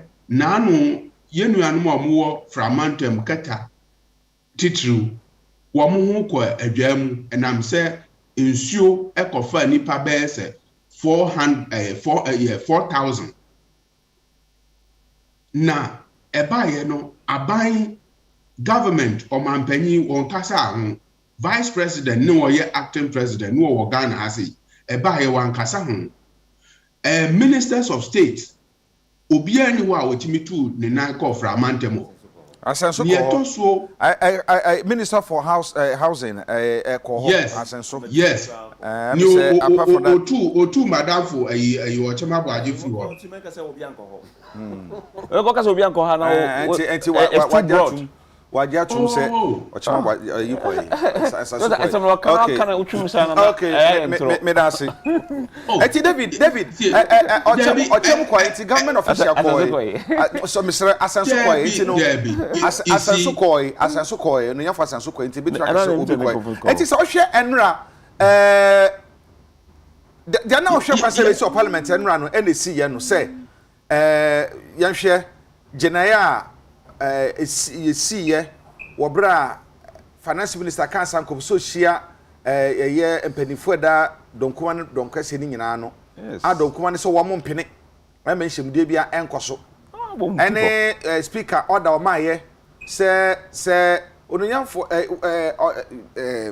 majority no ese ginaye osi ye no mo ne nye ho de a ene na nhyehyɛ wo mra se bedwamu no omo de be ye adwuma kopem bra ombeto aba nti sɛ beto aba na sɛ wonyo bia mra se bedwa ndi a ene bibra mra se bedwafo no firi hokɔ wonya mra se bedwa ne akɔ na mra se bedwafo no ntena se na wo mo ento aba no nti onyafo kanofurata yakaso wonko eno na starting nsema hodo bebre na Joseph Sudin katia so tesoro ho wono so majority for no kasa ne so ono so tesoro de ono so nko nti e be hwe gallery ho na ya hwe bebia na ase won se chambers wan kasankasanse ene bebia koduru ye ne press conference omo ye ya fe ko wi ase no 137 e ka se debi ya nyintu wo hwe scenario na sie ho nyina na incident sie ho nyina no a sima be ye enson entemu no ede na beka ede afa ho eja me da se no kure ni me follow stories e poso wo Ghana yie papa keta de ne si ye no honorable Asenso oye press conference wo ne office nyina no na me ready me tie enti wo ye press conference wo ne office na mom keta ho no wan ko ni wo ko ho regional minister na wo from Mantam wono ene wo ko ho okay and okay let's Asenso your press conference but one yes. But regional minister koi at the parliamentary select committee yes on works and housing it's a parliamentary select committee but not the ministry itself but the regional minister represent the president okay enti Agya Kwabena me follow ni ekoso nyina wo Ghana enti ni etoso ene se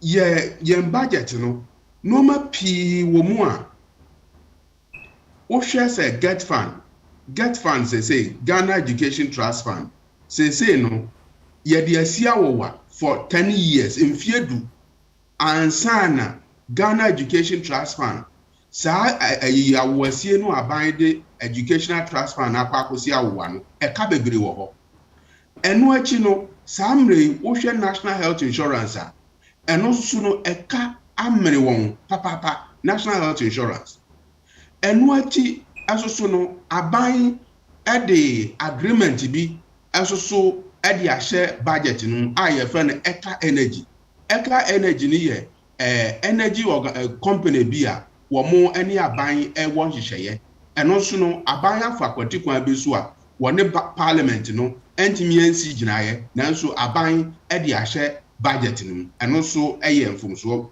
e baako eno achi no wo hwe energy sector levy no ne wo mo fe ne extra no eno so no aban e de apakosi awowa for another 10 good years eye se oma yeti ase esa enti wo hwe samre babia wo ma na duro no a yem public debt e ka ye die ankasa as o man no e ka no amre ye ama say IMF any World Bank wo mo etabo ye bosia no any Ghana ye ko international world market ne say ye kwa akɔsrɛsrɛ adeɛ na yɛ de aba ɔmo nyinaa sɛ daabi Ghana mobosia no edu akyiri dodo ɛka no ya amene mu ma montimi ntua mo ho ka sese no Ghana Parliament ankasa Honorable Kenufurata budget a ɔde kɔto hɔ no ɛkyerɛ sɛ Ghana yɛde ka 341.78 billion ɛka yɛdeɛ no 341.78 billion wohwɛ saa deɛ wɔ yi a Agya Kwabena neɛ ɛwowɔ Ghana fo aso no nyinaa ne sɛ from 2017 1st January na kaa yɛdeɛ as ɔman no ɛyɛ 120 billion Ghana cedis mfie num kura nyankɔ na wieyɛ Ghana ka no 120 billion no eka ababeka ho no eye 221 billion. Okay. Sa eka ne sa wenum nyina no eyade ye animsam ye nyina nyina eti no na ye bisa say aha Ghana fo nim eka ye de ne nasefo ne hu ne nyina eti ye bisa say mimi bisa wa no pɛ say de si ye omra se badwamu enra de meka drama ma menka ne sa ye nka ense say ye ka ne say drama ye betia say ye ntia say finance minister for social leader empanyfo na sebe dwemu ho ye minority so mo mpene yes any no speaker this is your take here minority so mo ntiase enti no se de bekeka kwada se to aba beto aba dia finance minister and other ministers a wo mo nka wo mo parliamentarians wo mo sorry majority for say ye ntiase ya sorry akọ so ni katia so te behwade fo no mu side on so sorry nko ene ho samoa ne sa minority amabio ebo akwato wo budget no wo huru ni sai na me mo sima nson a ye yinti me mo sima no mesa de sa enson kro na ma na fe yeti wadwen kire wani ho Agya Kwabena me ka budget ho na wo dwane afi budget no ho aya me ka ayemra ne yede adwuma ayemra ene yede adwuma nti na me kasa no esa se de wo kan nyina no yede ka ho asem am sala sukirika ka ho asem nti se be san repeat the same thing na ebeje mre no afi de si ye nra yedi hu nkomoyi wadama yo mate eni esi enra no ewo parliament no kurani ma menka na say we ni ade a edikan a majority in parliament etimi asori every parliamenter ebi hu abakosem ni ho tambia no ya na minority for edom kuma no enetimi sori every parliament so no ma bi wo ha ye ntiase na ho no ma adwane every parliament enura nko ade ye hu ne say majority eno etimi edwane free parliament na no ma ekoso no eye indiscipline culture metimi aka ne say sa no ma ni kwan say ebi esi wo parliament ne etie ne say aban ena de ne budget aba so wo the budget koto parliament eye say aban no ana musifo etimi defend the budget na ne enti a budget no hu bia aye say members of parliament no approve ne Kwabena say wo the budget koto ho na wanka say wantimi and defend the budget ne kamia say udwane every parliament say o ma approval no enkoso a ne che say it is an indiscipline and kwan say ekoso ne etoso eso ene say wo hwe ne ekoso no a speaker no emma majority no every opportunity say womo and justify ni enti a budget no say womo approve wo hwe ya honorable chairman Sabonsu wo kasa na nso no ankosi aga enu achi no womo emma finance minister no se wono so enkasa wono so won kasa no kasa kuma bi no kan say wotimi Asia minority no womo mpanyimfo na womo ekoye consultation for me which is a no approach because so wotimi here consultation right from the onset cause adie we no when can say time I do crucial point in time or mobile voting no eno na wo say wo mo ma okwan na wo ne edom kuma no empanyimfo no na enko kasa it doesn't happen right from the onset I will present a budget amount for a raise consensus no efa budget no no eno na yesa wotimi etu anama na emom oye ne say oh it is as usual parliament do kwa your division your don kuma your don kase no near a dom kasiya ne beka no at the end of the day no and ne be take place and no and a day embarrassment and no and a day and ngwase e de ama finance minister Samuel no the first time the budget omo etimi are rejected it is an omana e course na niamete ye na e asere semro gra ne se omo se Johnson Asiedu Nkatia akwakotena esoro ho public gallery enunti no wo influence decision in the chamber. Agya Kwabena started for parliament 1997 when I was a young guy as a student. Me a public gallery ho any kwatena. Public gallery ho no so what it is different from say what chamber ho. It says I'm baby I me Zoom and I mumu studio. Me ne montem ho no e wa papa yi. Enti uko kan say Johnson Asiedu Nkatia at a public gallery. Enti no so ofi ho. Na finance minister what chamber. Finance minister ndi what chamber. Edo voting na only voting right. Name mom no about discussions on everything na otimi e discuss bi. But about voting see to about parliament one. Finance minister no won kan obi. Enunti na speaker of parliament na man opportunity say chirewa semu sensem bi wo ho a ede anu yie ene breye ede beba chiremu but wakasa eketua be say wono de womo ma ne kwan no one minority no edonkuma ne mpanyimfo enkokasa for me entaso enti no ma course enu ano it is quite unfortunate but it is also good for the democracy said there be enya all the time and the majority have their way now timika minorities so no e won timika say there it is a thing of the past. Okay, let's just say who didn't say some ye taka say parliament abadan rubber stamp abribia na government bia the executive do their emra biba and nsusu biba say yo say no because a majority ye aban afetin na bam na asenko no a turning point in our democratic dispensation ana. Exactly the point. Exactly the point I'm trying to establish. Say, niakoso no, good for our democracy. Say, some majority have their way, and minority also can do whatever. No. Say, the rules of the game, no, and they say, make a legitimate argument for one some no and some pono awo no. Ebetimi ato asumu no fatuja ni yentimi ntie ni ye but enura no ekamia say the majority side of the house no right from the onset our debate budget in Agya Kwabena manage they were not prepared to even debate the budget usha argument na wo mo making no na wo gina kire na wo hwa atmu say there be adwen no normal wo form Wamuntimi argue issue, no, they are not able to articulate their issue. The level of intelligence, it wasn't there. And it is quite unfortunate that there be parliament people who have to represent their political parties in parliament, I see it me carry or madden near say did they have the requisite qualification and there is coherence, anywhere intelligence level, our form. And the Naya Sresen Bako Pramesati and a majority leader, Chairman Sabos.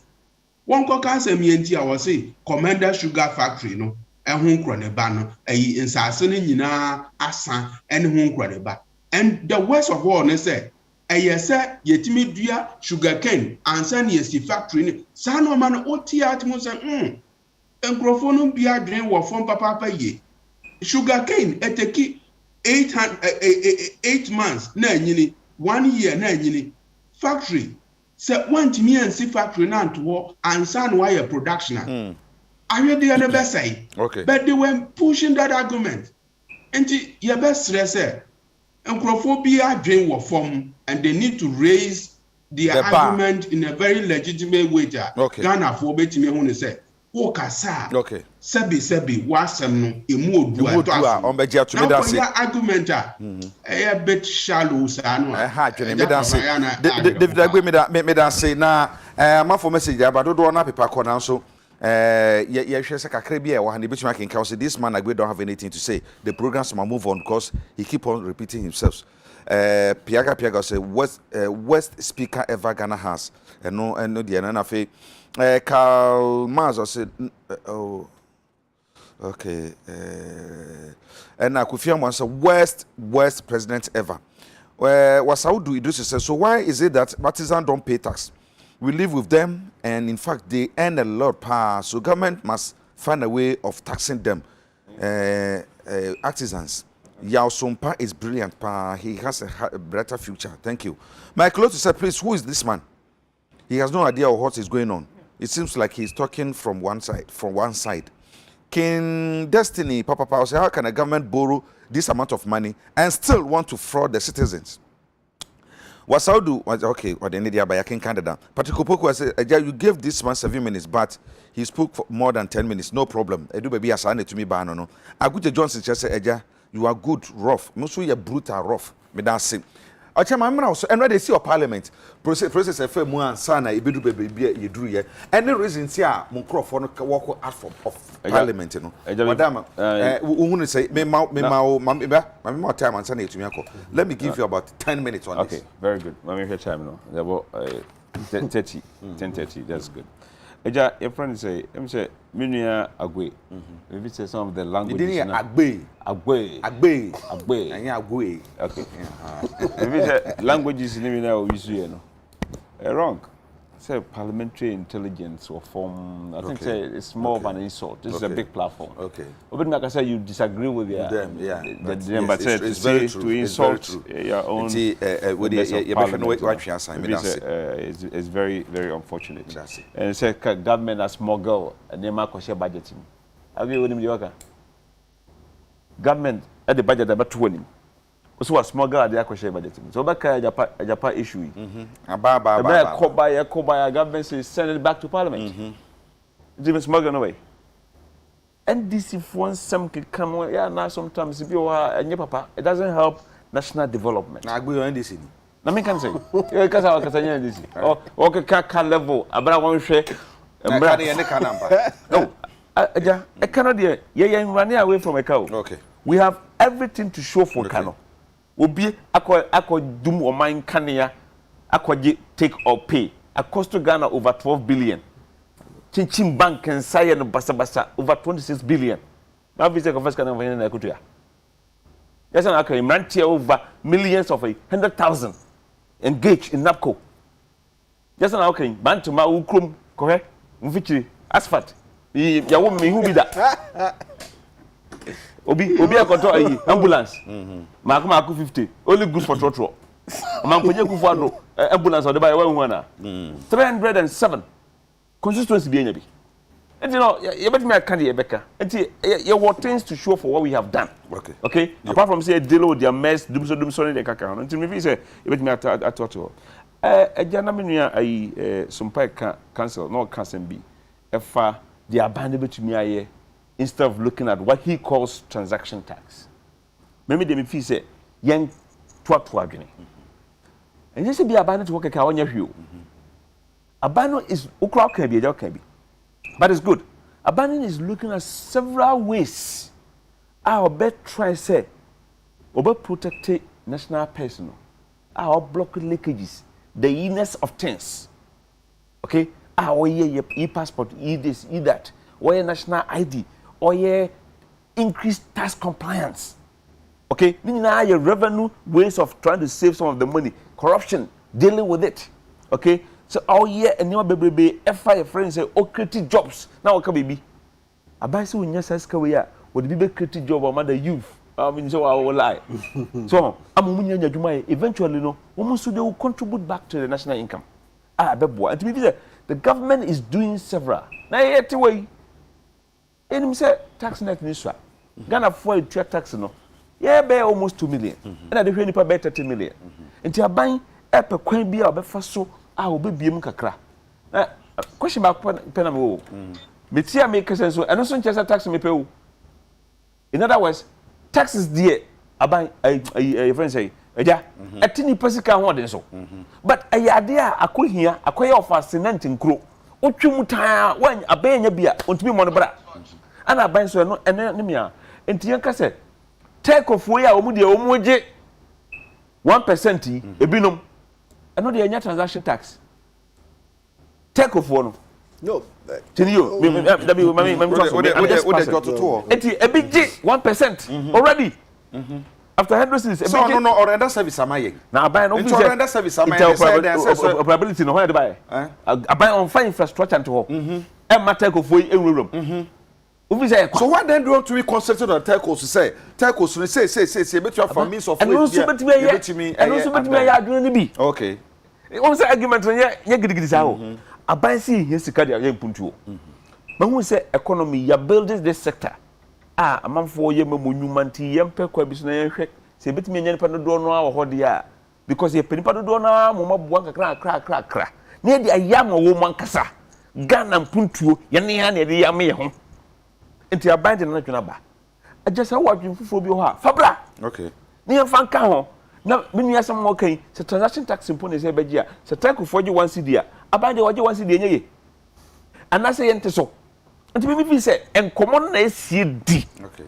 na ye de 2 year na se ekoba se nya adwene kra kugina pri se ye fa ntonche kakra ekiri ya baso so de ye vat na vat mu sha se no na 17.70 rollers na de ba ya namboa those times and ye friends say kumi prako ye de fa mu ana kiri no ye dwendwene ho na ba ye enti ekoba se sa na ese koba aba no ye open ono what say you say yenua honorable your friend say Aruna woman ka say aban ene obaji 7.something billion there ene kodwum ko bobosia so because there's no alternative nti abaje be go in debate really say okay aba already no aba no pekwame obema efficiency aba corruption so ate let's can be akam na say yi oye ni manema opekwa obebie ni sikam semu kakra o ma na manfo nya adwuma no msotwe tax dibi na nema kokoso aban is taking steps ebi eye animonimu here ebi ya medium term ebi ya long term enye se ogbo wani aprekopa enye event na si enti aban is looking for ways and means to improve revenue and be more efficient on its spending. While we do that, the mpuntuo na manfo su for mpuntuo na mesumi sumbi no esunu doso okay je be yene dey okay yan ka dey see parliament no me dey agree asem back on kai be fi say good no ni say eboa ama a challenge emra no you say minority for akwhwe 137 so mo fi say o matimi aka no ti ajatum we can challenge it we can article say yiba e be say the minority or parliament has rejected even say the budget unconstitutionally enye mra kwaso by the way parliament ni person you only pa say 275 uchembi no anya 138 137 say ye paimu dia 137 independent okay majority caucus minority caucus abaye 138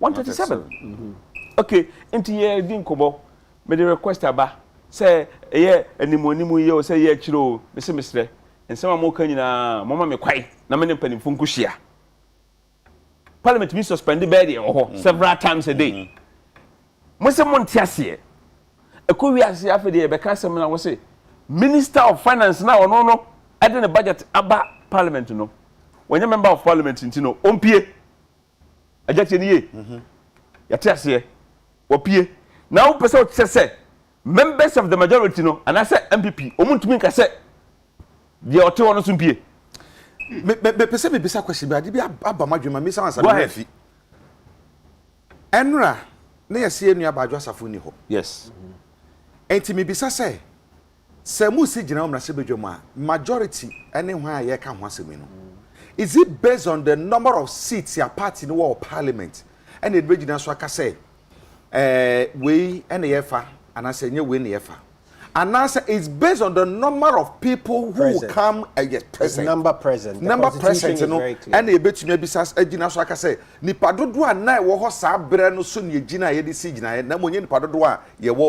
eja differ from nema o ye ho adwuma bebrebe okay and shall say no answer about my has say meeting cry she parliament adwuma so no chi say wanya quorum okay at least so wanya be nipa be 93 now they share meeting answer 93 what I say so now they share say Until so only probably what 93 and all the shassia. But the decision be a simple majority. Yene o no ye hwene ye kabom na papa ni aka bom. But the decision be na eja na ote akunwom sesei. Na me majority leader. Na me nwe minority leader another other way around. Na me feel say me nkofo ni here kase a I'll find ways and means to try to get them in. Nti adwasafo oni ho no nya asem. The decision no until now I see the omunya division no. Division now say, hey, you are challenging the voice vote. Until no, yen toba, yen kanipa. Na ubi say, oh, upon your matter, and I say you are more cocoa no. Umuka say, oh, okay, why you minister of finance and free there, and you see the doesn't free her. Say yen kwaso, say yen kwaso. And you waste a means of getting our people in so we can vote. And it was a means. So what are you talking about? Omunya boni biawo. Enti se wotimi akofa se yen tiase ye. Tell some motion na ye. The good thing is but it's not out of play. Oko even the US Congress they have a committee of ways and means. If we say whips no leaders of parliament no they are just there for nothing. Sometimes they shape you in line. They have to make sure they present the government agenda. You need pay nyina ni ha. Yentimi nkoto ba no. We are waiting for the Nipana Kanaba. It tells some for can be so demonstration as I walk away are all part of parliamentary procedure. This particular issue na a see incident in see and I said you see and run a strategy. And the majority no use say na be amoma be sina be ban to me to abana. I can't speak for them because na many them ho. But say if it is the opportunity say me met me ahunuma say na tie dia I will seize it until say nyina beba. Because this is a major government policy. As obi to kwakura and ye china be friends omra. Na nyina ye sama omu to the house. Na yekoto ba na hwade. Okay. Enti no, me feel say enti ase amana ya pam minister of finance. So on free chamber ho. Na say MPP ni and say member of majority side and a majority caucus for ba kon so say. Ono so enti ase say obi ti gallery ho kura na. No ye NDC ni party politics. Obetena ha say and omu nyina ka mutabom speaker to majority a minority leader to general secretary of NDC abetra ha and aye ways and means dia yes you entiase manentena ho a one so raise the issue that issue can be voted upon and decided because ono so say ye pam obi free chamber dia ye pam obi free gallery na chamber ho no influencer do chamber obenya e wo proceedings ni nyina so and obi o gallery ho no ono no influence obenya also is it the same adentine ye ka say omu free ho no omu free chamber ho no yanka se mun free chamber ho na monko gallery so person transfer hwe bidia na se yepam MPB ebia BBC na minister of finance ono na book na bo assume say ebia yi MPB BBS na yaka se MP ni free chamber ho a for na quantity bi se gallery ho don't be to me pam so obi yanka se sometimes parliament say pam nipa and I yaka se pese ye committee of the whole I am pese media for na obi abeba bia yepam obi free ho yeah. And sometimes permanent be yet within the chamber, permanent year be maybe the whole of the chamber, including the top. But we almost specify say chamber ho anambwa. The question is who specify say chamber ho? Who Agya community ho no? Also feel say chamber ho enough. You are a member of parliament, you can speak and say the article wants to free ho. Okay. And then you put it before the speaker and then a vote is taken. Na mo microphone here ni sa no. Omo twen ma sa dwumadie no koso, ginasi no koso. Okay, yam pene mo no de onko. And omo walk out and na say den. Agya, we are all learning. These Okay. things are all unfolding. Okay. Say the nitty-gritty is anyhow. Okay. We are reading all these things and Okay. hearing all these things. But I can tell you, say you nipa do no ni ho. Never 2 minutes here there. Committee of Ways and Means or the leadership will have to use Ways and Means. Okay. To delay the vote so that they can come back with all their members present. Now we say NDC4. So Obakaya says this 9th parliament. It's 8th parliament. Ebesha say no. Obakaya. Omu shasiye ye kwa no makwata majority side. Okay. And Koko for assemble by the eve of the inauguration no for assemble by those things no. Omu nyina ka omu tibom. Na omu yeso Omu kokotra oboko. Yes you be ah. You know about no just for the whole. Yeah, I just blessing here. Okay, master. So nyina your my decision no try. No ba ye de aka ho. Me dan say and therefore you call for division. Okay. Mama can message you waiting as a strategy am use you me dan say. Ways and means. Okay, ways and means say parliament or pramati. Game Boy was say. So the MPP keep holding this 1990 politics. They show they view a little bit of respect. That was it. They show they view a little bit of respect. We are known that JDM solve our energy challenge. But Banfu Bismarck Agya Kwabena, Amopoku, please tell Dr. Anyas for me that NAPCO trainees are still waiting for their 2-month allowance. We are hungry. Hey, sir. Dr. Anyas, what money can say until Pacho? Say no credit. After na mom, what's comedy or mopa? Echo Boy was a good morning, Agya. I'm enjoying the show, but the MPP man doesn't know what he is saying. Why do they need tax while they've closed toll booths? Most of them toll booths mutu mun no so ene efan. And fine enough baba kitu bi enso. And I'm we refie no so. Ha kitu bi enso. Yenyi ni free ho. Kitu bi enso. Na yan kwanta me ba yan kwanta me ka so wonu ka so asema si wo ho.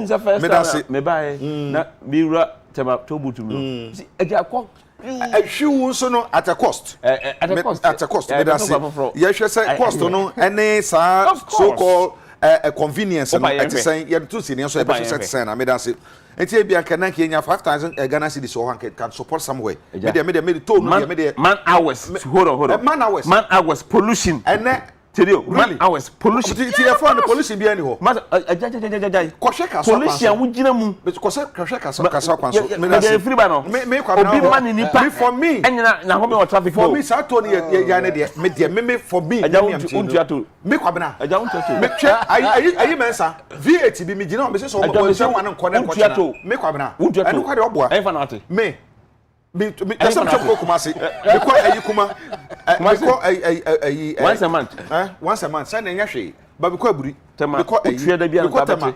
Na say nya hwe. Wo kwa wo tue wo. Juma na me yente say bitua. Me na say. Na ko just say the attempt to make it look like it will take the Momo tax to develop Ghana is mind-boggling. The reasons in here. Also one, oil money didn't help Ghana. Cocoa money didn't help. Timber money didn't help. Gold money didn't help. Manganese money didn't help. Diamond money didn't help. Bauxite money didn't help. Huge borrowing didn't help. What can Momo money do? Then what else can help? You tell us. Meba. What can help? The argument are there by new. Also gold, cocoa, timber, manganese, bauxite, diamond, oil, and so you foku. Now, say Momo taxi to me. I am.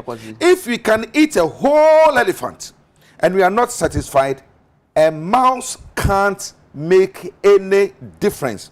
The country has been messed up already. Message way Nana Kojo and na Adebaye. Good morning, Nana Kojo. Okay. But the one you say, the argument is constructive criticism because it does not offer any alternative. But honestly, this not Jane say. When I say, say the country has been messed up already. And so what? And so later on the Baba. Gamboy say then the speaker also used his ways and means to throw the budgets away. That is all you do. That is politics. You do me, I do you. Okay. Politics. Okay, Gamboy. Okay. Osman Kwabena said, does this man in black top lives in Ghana? No wonder he did. No wonder he in bed with the president. Actually, he's a former MP and a member of the MPP. He was a member of parliament in a ticket of MPP. And as she speaks, you know, ono ye ka wo ma skasam to tie wo aban yi mu ani MPP mu a wo ka ho binti nyanwa wase oto that line no. Okay. Obi say I have a very correct way for the government to collect tax from every working citizen. But we, the ordinary citizens, don't get the platform to express our idea. Oh, you can express it here. And come back in Canada here in the economy. I am a penny otie or America crotie. What saying? Isa Rahula Musa was say, Massa, we don't like the budget. On the TTR. Kweku Desmond said, this MPP man shouldn't just think of the ordinary Ghanaian before talking. He's not talking facts. Sir, Sadak Nana Ado was say Mr. Asanso. Onya Asanso, where Ochema Bwaji. Mr. Ochema Bwaji, I'm sorry you are not sending convincing message on the memo tax. Are you not the same party who told us that taxation is a lazy man's approach to revenue generation? Baumia told us point blank. Say taxation to production. Taxation what has changed? Evil. And no ewo. Frederick Kiso said, there are some callers, and I said, callers, hey, me patrol, caters, and I say carters, calling themselves churches, making millions per. Yes. Aha, and so I'm sorry, Jessica pa million. Umuchiato. If you run Mujisca, Casacas, Umuchiato, and Tino, Yank, I'm the baby day. Aha. Hey, and summer bane. Yeah, my memory of Sunny. Yes,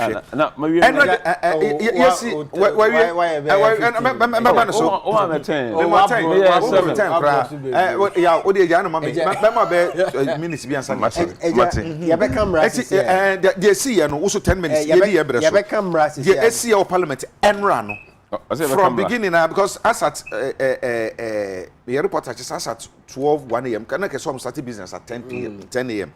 But minority for quite a majority for my copy time bians on mobile. Any DC or parliament when they walk out in a press conference in as if for people be a dream. No, yes, in as if for no, maybe 10 minutes. Jamedasi, na make a camera, but me person make us and be or budget no, then I would make the argument. Mpembe brain no, okay, baby, I see can ne corner. So into yes, capital expenditure, best say 16 billion. Ubehe muno. Na 16 billion no foreign contractors na beba beji 16 billion in akwa abonting. I'm talking about kwanya befa so ayebe masika aba o man mu as a means of stimulating the economy. 16 billion no China, US. So yeah, almost all these contracts will be given to foreigners.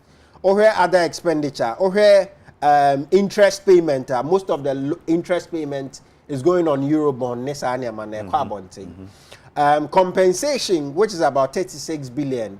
Ekamia says, and no, and about minimum. In terms of the tax and as a tax, I did to Sika Beka or minimum. Ajumaya Fone or Mombe Yusumo about 36 billion. The point I'm trying to make is that, yeah, Pequia best stimulate the economy, no. Maybe it's a means of increasing productivity. The suggestion I'm making is that if we focus on growing product and I say juma wo minimum buying quite of us so say a use sikano or the bois and juma wa ha or beboa actually say the contract nene sanya money in our I think it's a point I want to make. But the question is over what time period? Oh, honorable, a short term, medium term or long term. Okay. And me pese me platform meso. Me wa hanu se man ka bia em wa ye de boy ho. You are different local content, which is about 30 to 40%. And our infrastructure. So one here ni nyina ka ko di broni ho. Na broni no go ba ya adwuma no. Na ko pe bosin ba no dem wa ye. And tell it I don't think I say, Yentu to any kakram. Why don't we build our own? I didn't say to him, but I quite the message by I agree with you. I quite the message by a paper, me can't make a message. What I say, we want taxes. Yes. But we collapse our own business. Yes, so we are expecting Ghanaians to pay tax. Why don't we build our businesses? Why don't we encourage our own to build their businesses? So huge, you say, you bring more workers. Do not ankasana. So why would you see Kanaya Juma? Ya no been to me a year on Sakase. No one be out was there. Is it honorable? Honorable. Okay. I've been there. I've sat in the finance committee. The contract. Local person be a lender. Honorable. And come on, but the for example, and I say this very loosely. It's okay. Take some of the banks. Yes. We are spending about 26 billion or 21 billion to clean up. what is the difference in that idea from the development bank we're going to take money outside to come in? We can have a big conversation on that. Okay. Development bank.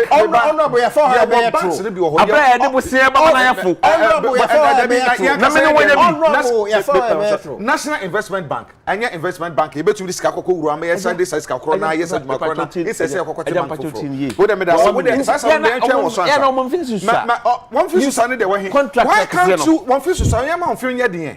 Anya ne be ma on fion ye den. Me no ni problem. So what is it? And to the point is say okofa wholesale bank ba. Let me match cheap loans. But it's impossible to have done that with the local banks. How? How do you raise the money? Development bank. Tell me, how do you raise the money? Development bank, no. Development bank, I can't watch me. I was there in Washington DC. I was part of the people that passed the law. Okay. I used it as a point to say that in growing productivity, government expenditure should focus on giving money to Ghanaians. Okay. That's the point I want to make. Development bank is a critical component that's going to do that. I agree with you. I agree with you. It's just that creative development bank, no. You to me, you can be a bit to offer so much interest. I lower man Ghana. I agree on development bank. It's the way to work. Okay. But again, I don't want to lose the focus. Okay, sure. Let's go. But I just wanted to. I think that Article 104 or my name yes is the main contention now. 104 says that, and Mekan Brofano 104 section saying 1 Mekan 1 Miriana Makai 3 no, and then we can have the conversation. What's it? Except as otherwise provided in this constitution, matters in Parliament shall be determined by the vote of the majority of members present and voting, with at least half of all members of Parliament present. With at least half of members of Parliament present. Okay. Ekamia, except this provision is saying, say, answer the better about Parliament, at least half should be present. Yes. And out of the half present, the majority would carry. Okay. The 3, which is extremely important for me, 1043 says, where the votes on any motion are equal, it shall be taken to be lost. And I think that is the real turning point. Where the votes on any motion are equal, it shall be taken to be lost. Okay. In the end, they say, table motion, majority should be present in order for the vote to carry. You know, majority in our parliament will be 138. You're not there. So, for whatever it is, if it is granted, say 138 did not exist, then of course the constitutionality of the act is in question. Yeah. But if even we grant, say, one person, Honorable Adjoasafu anywhere, then it is 137 at the time of the sitting, Honorable Mpachame. Which means that on the voting on the issue, it is supposed to have been lost. Because that's one. So the interpretation would then mean it did not matter if the voting happened yesterday, the motion would have been deemed lost, assuming it's 137. Okay. Now the big question we need to ask, and I say, at what point do we consider present and voting? Okay. Is it at the time they walked out or at the time sitting resumed? I don't have answers. I only have questions. In the Sebi say na say e ka say pre na say ye nyina ye nyina ring mu na hwe na mebo na we si forma automatically me din kodim inti minka says an at minimum answers. Okay. But I'm only asking questions. Okay. If we consider present and sitting at the time of resumption of parliament, but let's not forget about this. I'm only asking. Let's not forget there was a division, call for division. Division means let's vote by. Let's count. Yes, let's count. And then I want to run one count. That's your question. So minority it's me account so yi. It's the mumu request say minority count. Which means that but one transfer it's lost. No, but the lost would have gone against. But that's what it would mean. Leave that to the law and that's what I'm saying. That is why I'm not answering. I'm only pointing to the law. No, it's good. I'm only pointing to the law so that you know you know, inti yebusa say at what point do we count present and voting? Inti se parliament nyatana ase no when the parliamentary section began no and I majority no and I say at the time of the exercise no and no maybe interpretation by the court. Basically will. I'm not going to prefer an opinion. But I think that both sides should understand say it's not easy like that. Because again, if two sides are equal, the motion is lost. Okay. And so what it basically means is we are likely to have a parliament which cannot have a budget. Unless the one person who is the independent person who decides. Okay.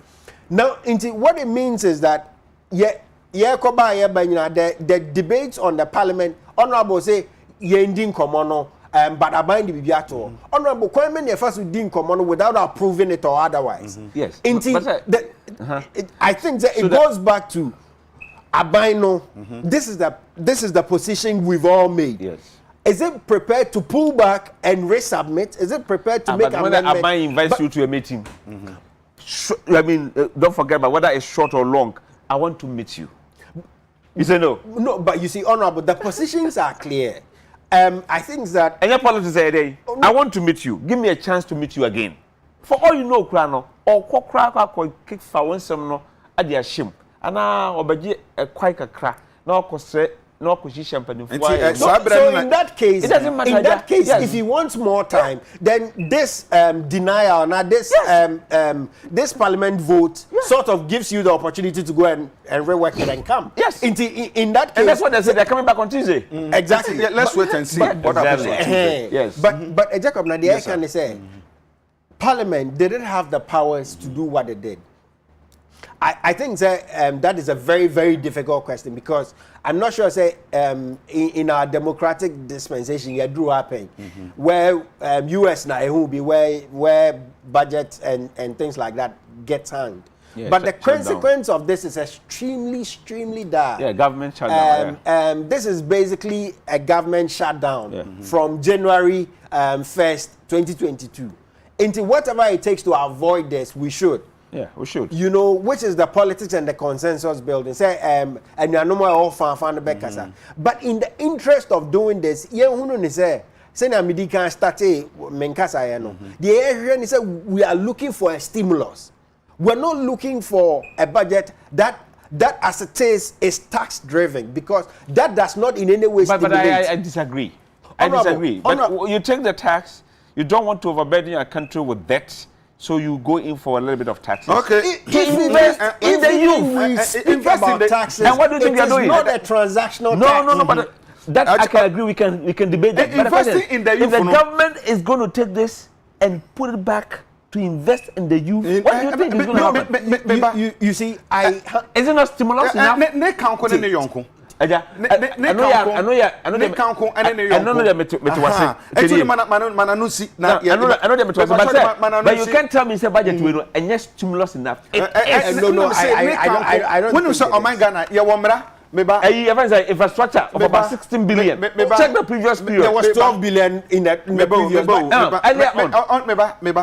Ghana ye wo mra che o man bia owi asese ma dwene ye mesasa mesusu no Ghana ye mra pa na so man ye ni mra so kra enti mo no se ni yonko enti they make enti ne kan ko ne yonko enti grata mo de yonko na practical consistency o mu die o consistency enti ma no si na make come edema say I think say afanu ni mienu nyina wo say tenase no mu di nkomo yes but me nko ama dwem de niam bi o budget we mu a I think that minority are listed near my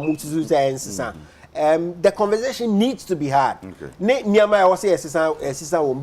in terms of the hang nature and the constitutionality, I don't know much. Okay, and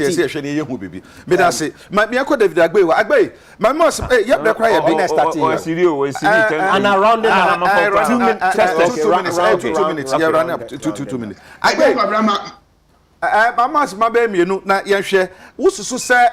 Going forward, you know, Ebenada, and I said, for Saquasitana. Asami, would you say again as I see a year the far home from Branda Air Cosena Baya, assume you bet your business say, Chumamenche, and Macrabo, ye beden de tumi anya no pomasi bre a enkofa oyo no bia emre oman no de dachi we dem serewa ye fa sema mienu entumi exhaust no me da say excellent ya kwamra ni awo ye media wan hwe afrasa me no ye nyanya fo anya hwe me no fa cha me wo de mame eni kan kan say meba anoso honorable Ochema Boaji kan bibi say financial sector cleanup no ehun ehia no papa as to speak finance minister budget or they call it was say you are spending 23 billion on the financial sector cleanup emra na yese as at 2016 no Ghana for here 9 billion near the resuscitation financial institutions no enti se wo a banks are here 9 billion now ko spend 23 billion now the gunyi nyina no a now ko ya na asa obai honorable Ochema Boaji baby otena ye pa United States of America 2008 womonya financial sector a very crash no e den no moye abane pesika emo de boa financial sector institutions no emo mo e de wo mo kama yen ye said 23 billion to collapse banks and financial institutions abane na yes ade no obi ase just a Ghana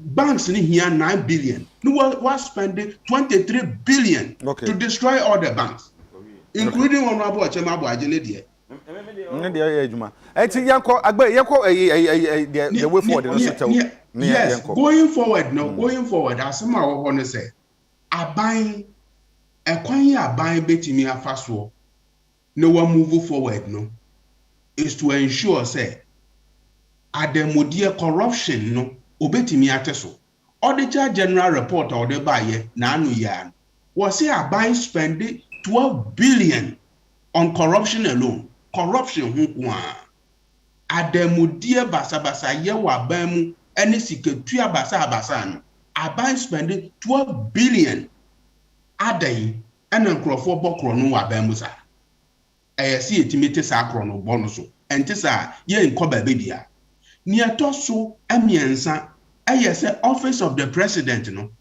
nisika aban su se Ghana nisika we raise a office of the presidency can go over 500 million office of the president den kwan wo ye no aban soria na no your president every ayibia travel bako a control bako per 1 hour we spending 14,000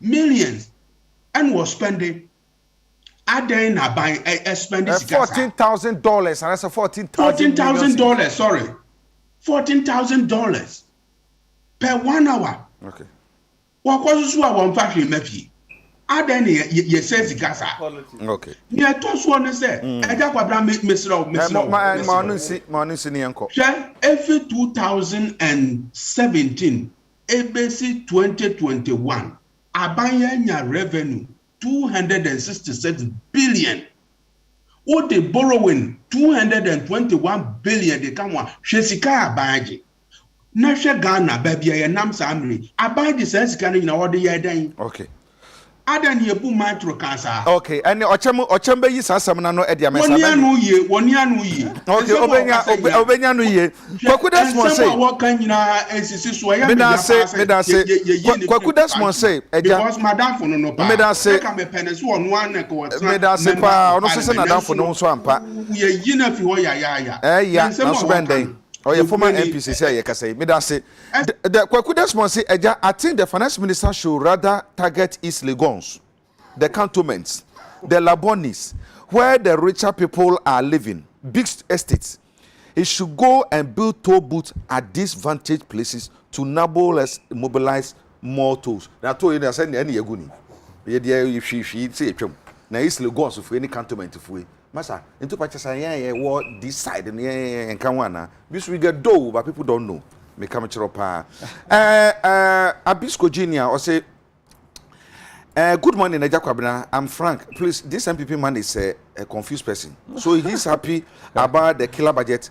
Ghanaians are really disappointed in this party. Which party? Is it MPP? Thank you. Tell them that Ghana is never going to pay these bills. The Ghanaians are not going to pay these bills. They are owing us, and let them stop spending money on V8 and work. Do you work yourself? Anyway, Ochem, 2 minutes. Yeah, the way from Tuesday, 2 minutes. Oh, Tuesday, they won't price in Yaduma, Obeko Parliament, not Ghana and tea. Or Munina each other. Near near the year 2 year.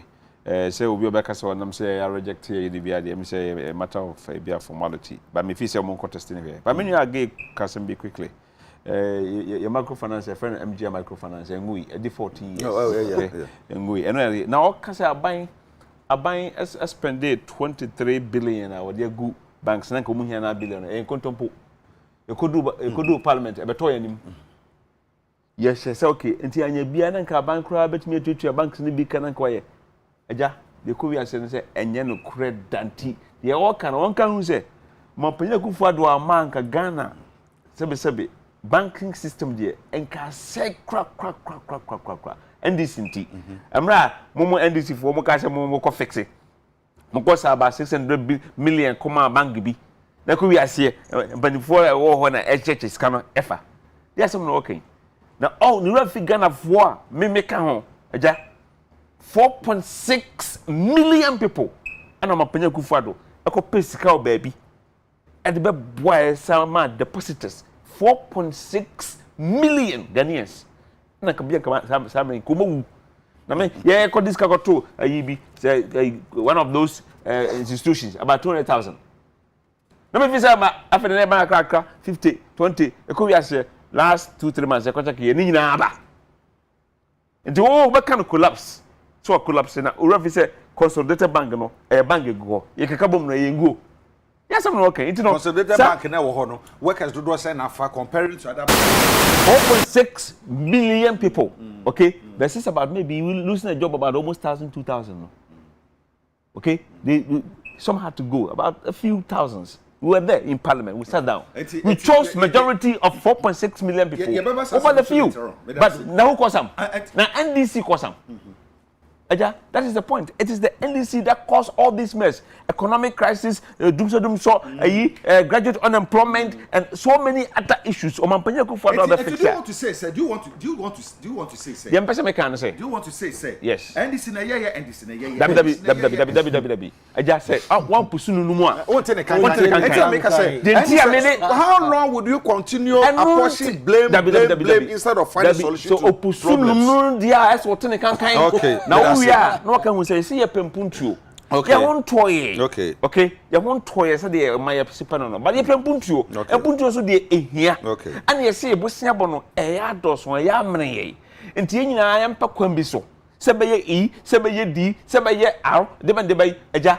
Ya mpa kwan bi so. Na ya mfa mwa ya mayimpuntuo. Di amampanya kufu ado. Budget o de bay no. Agent kwa budget. Na mfa bi mwa emrantie ne mabawa. O school. Me dan say. Nya adwuma ede. Me dan say. I message message in the content temper na kabisa me kan we pa o ada chemiana so they say what point me where the point me no okay the crowd oka na man for na twi ada pempuntu dia na say me nim say futu de won ya obi a da me say ne ya tu obotom okay, we be call kan you obaka say me ka dia wo da bi ja kan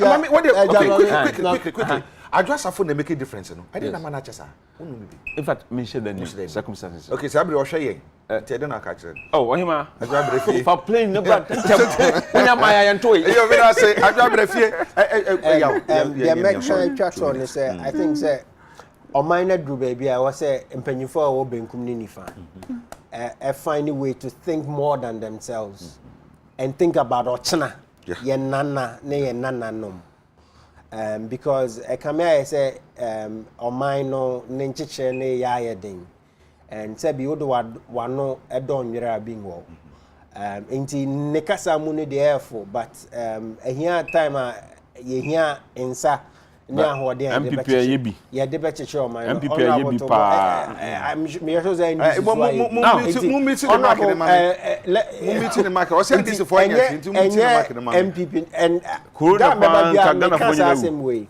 I think that one of the things that may praise our budget in the paragraph 416 which is implementing of the Youth Start Initiative. Yes. There's no way somebody like me will not praise that. Yeah. You know, the focus here, training, funding, and enterprise promotion. And coaching. And with my thinking in increasing productivity, and I say, a juma koswa, and on my kosono, and yet taxes, on my numu juma kosra, and on my ye kosono.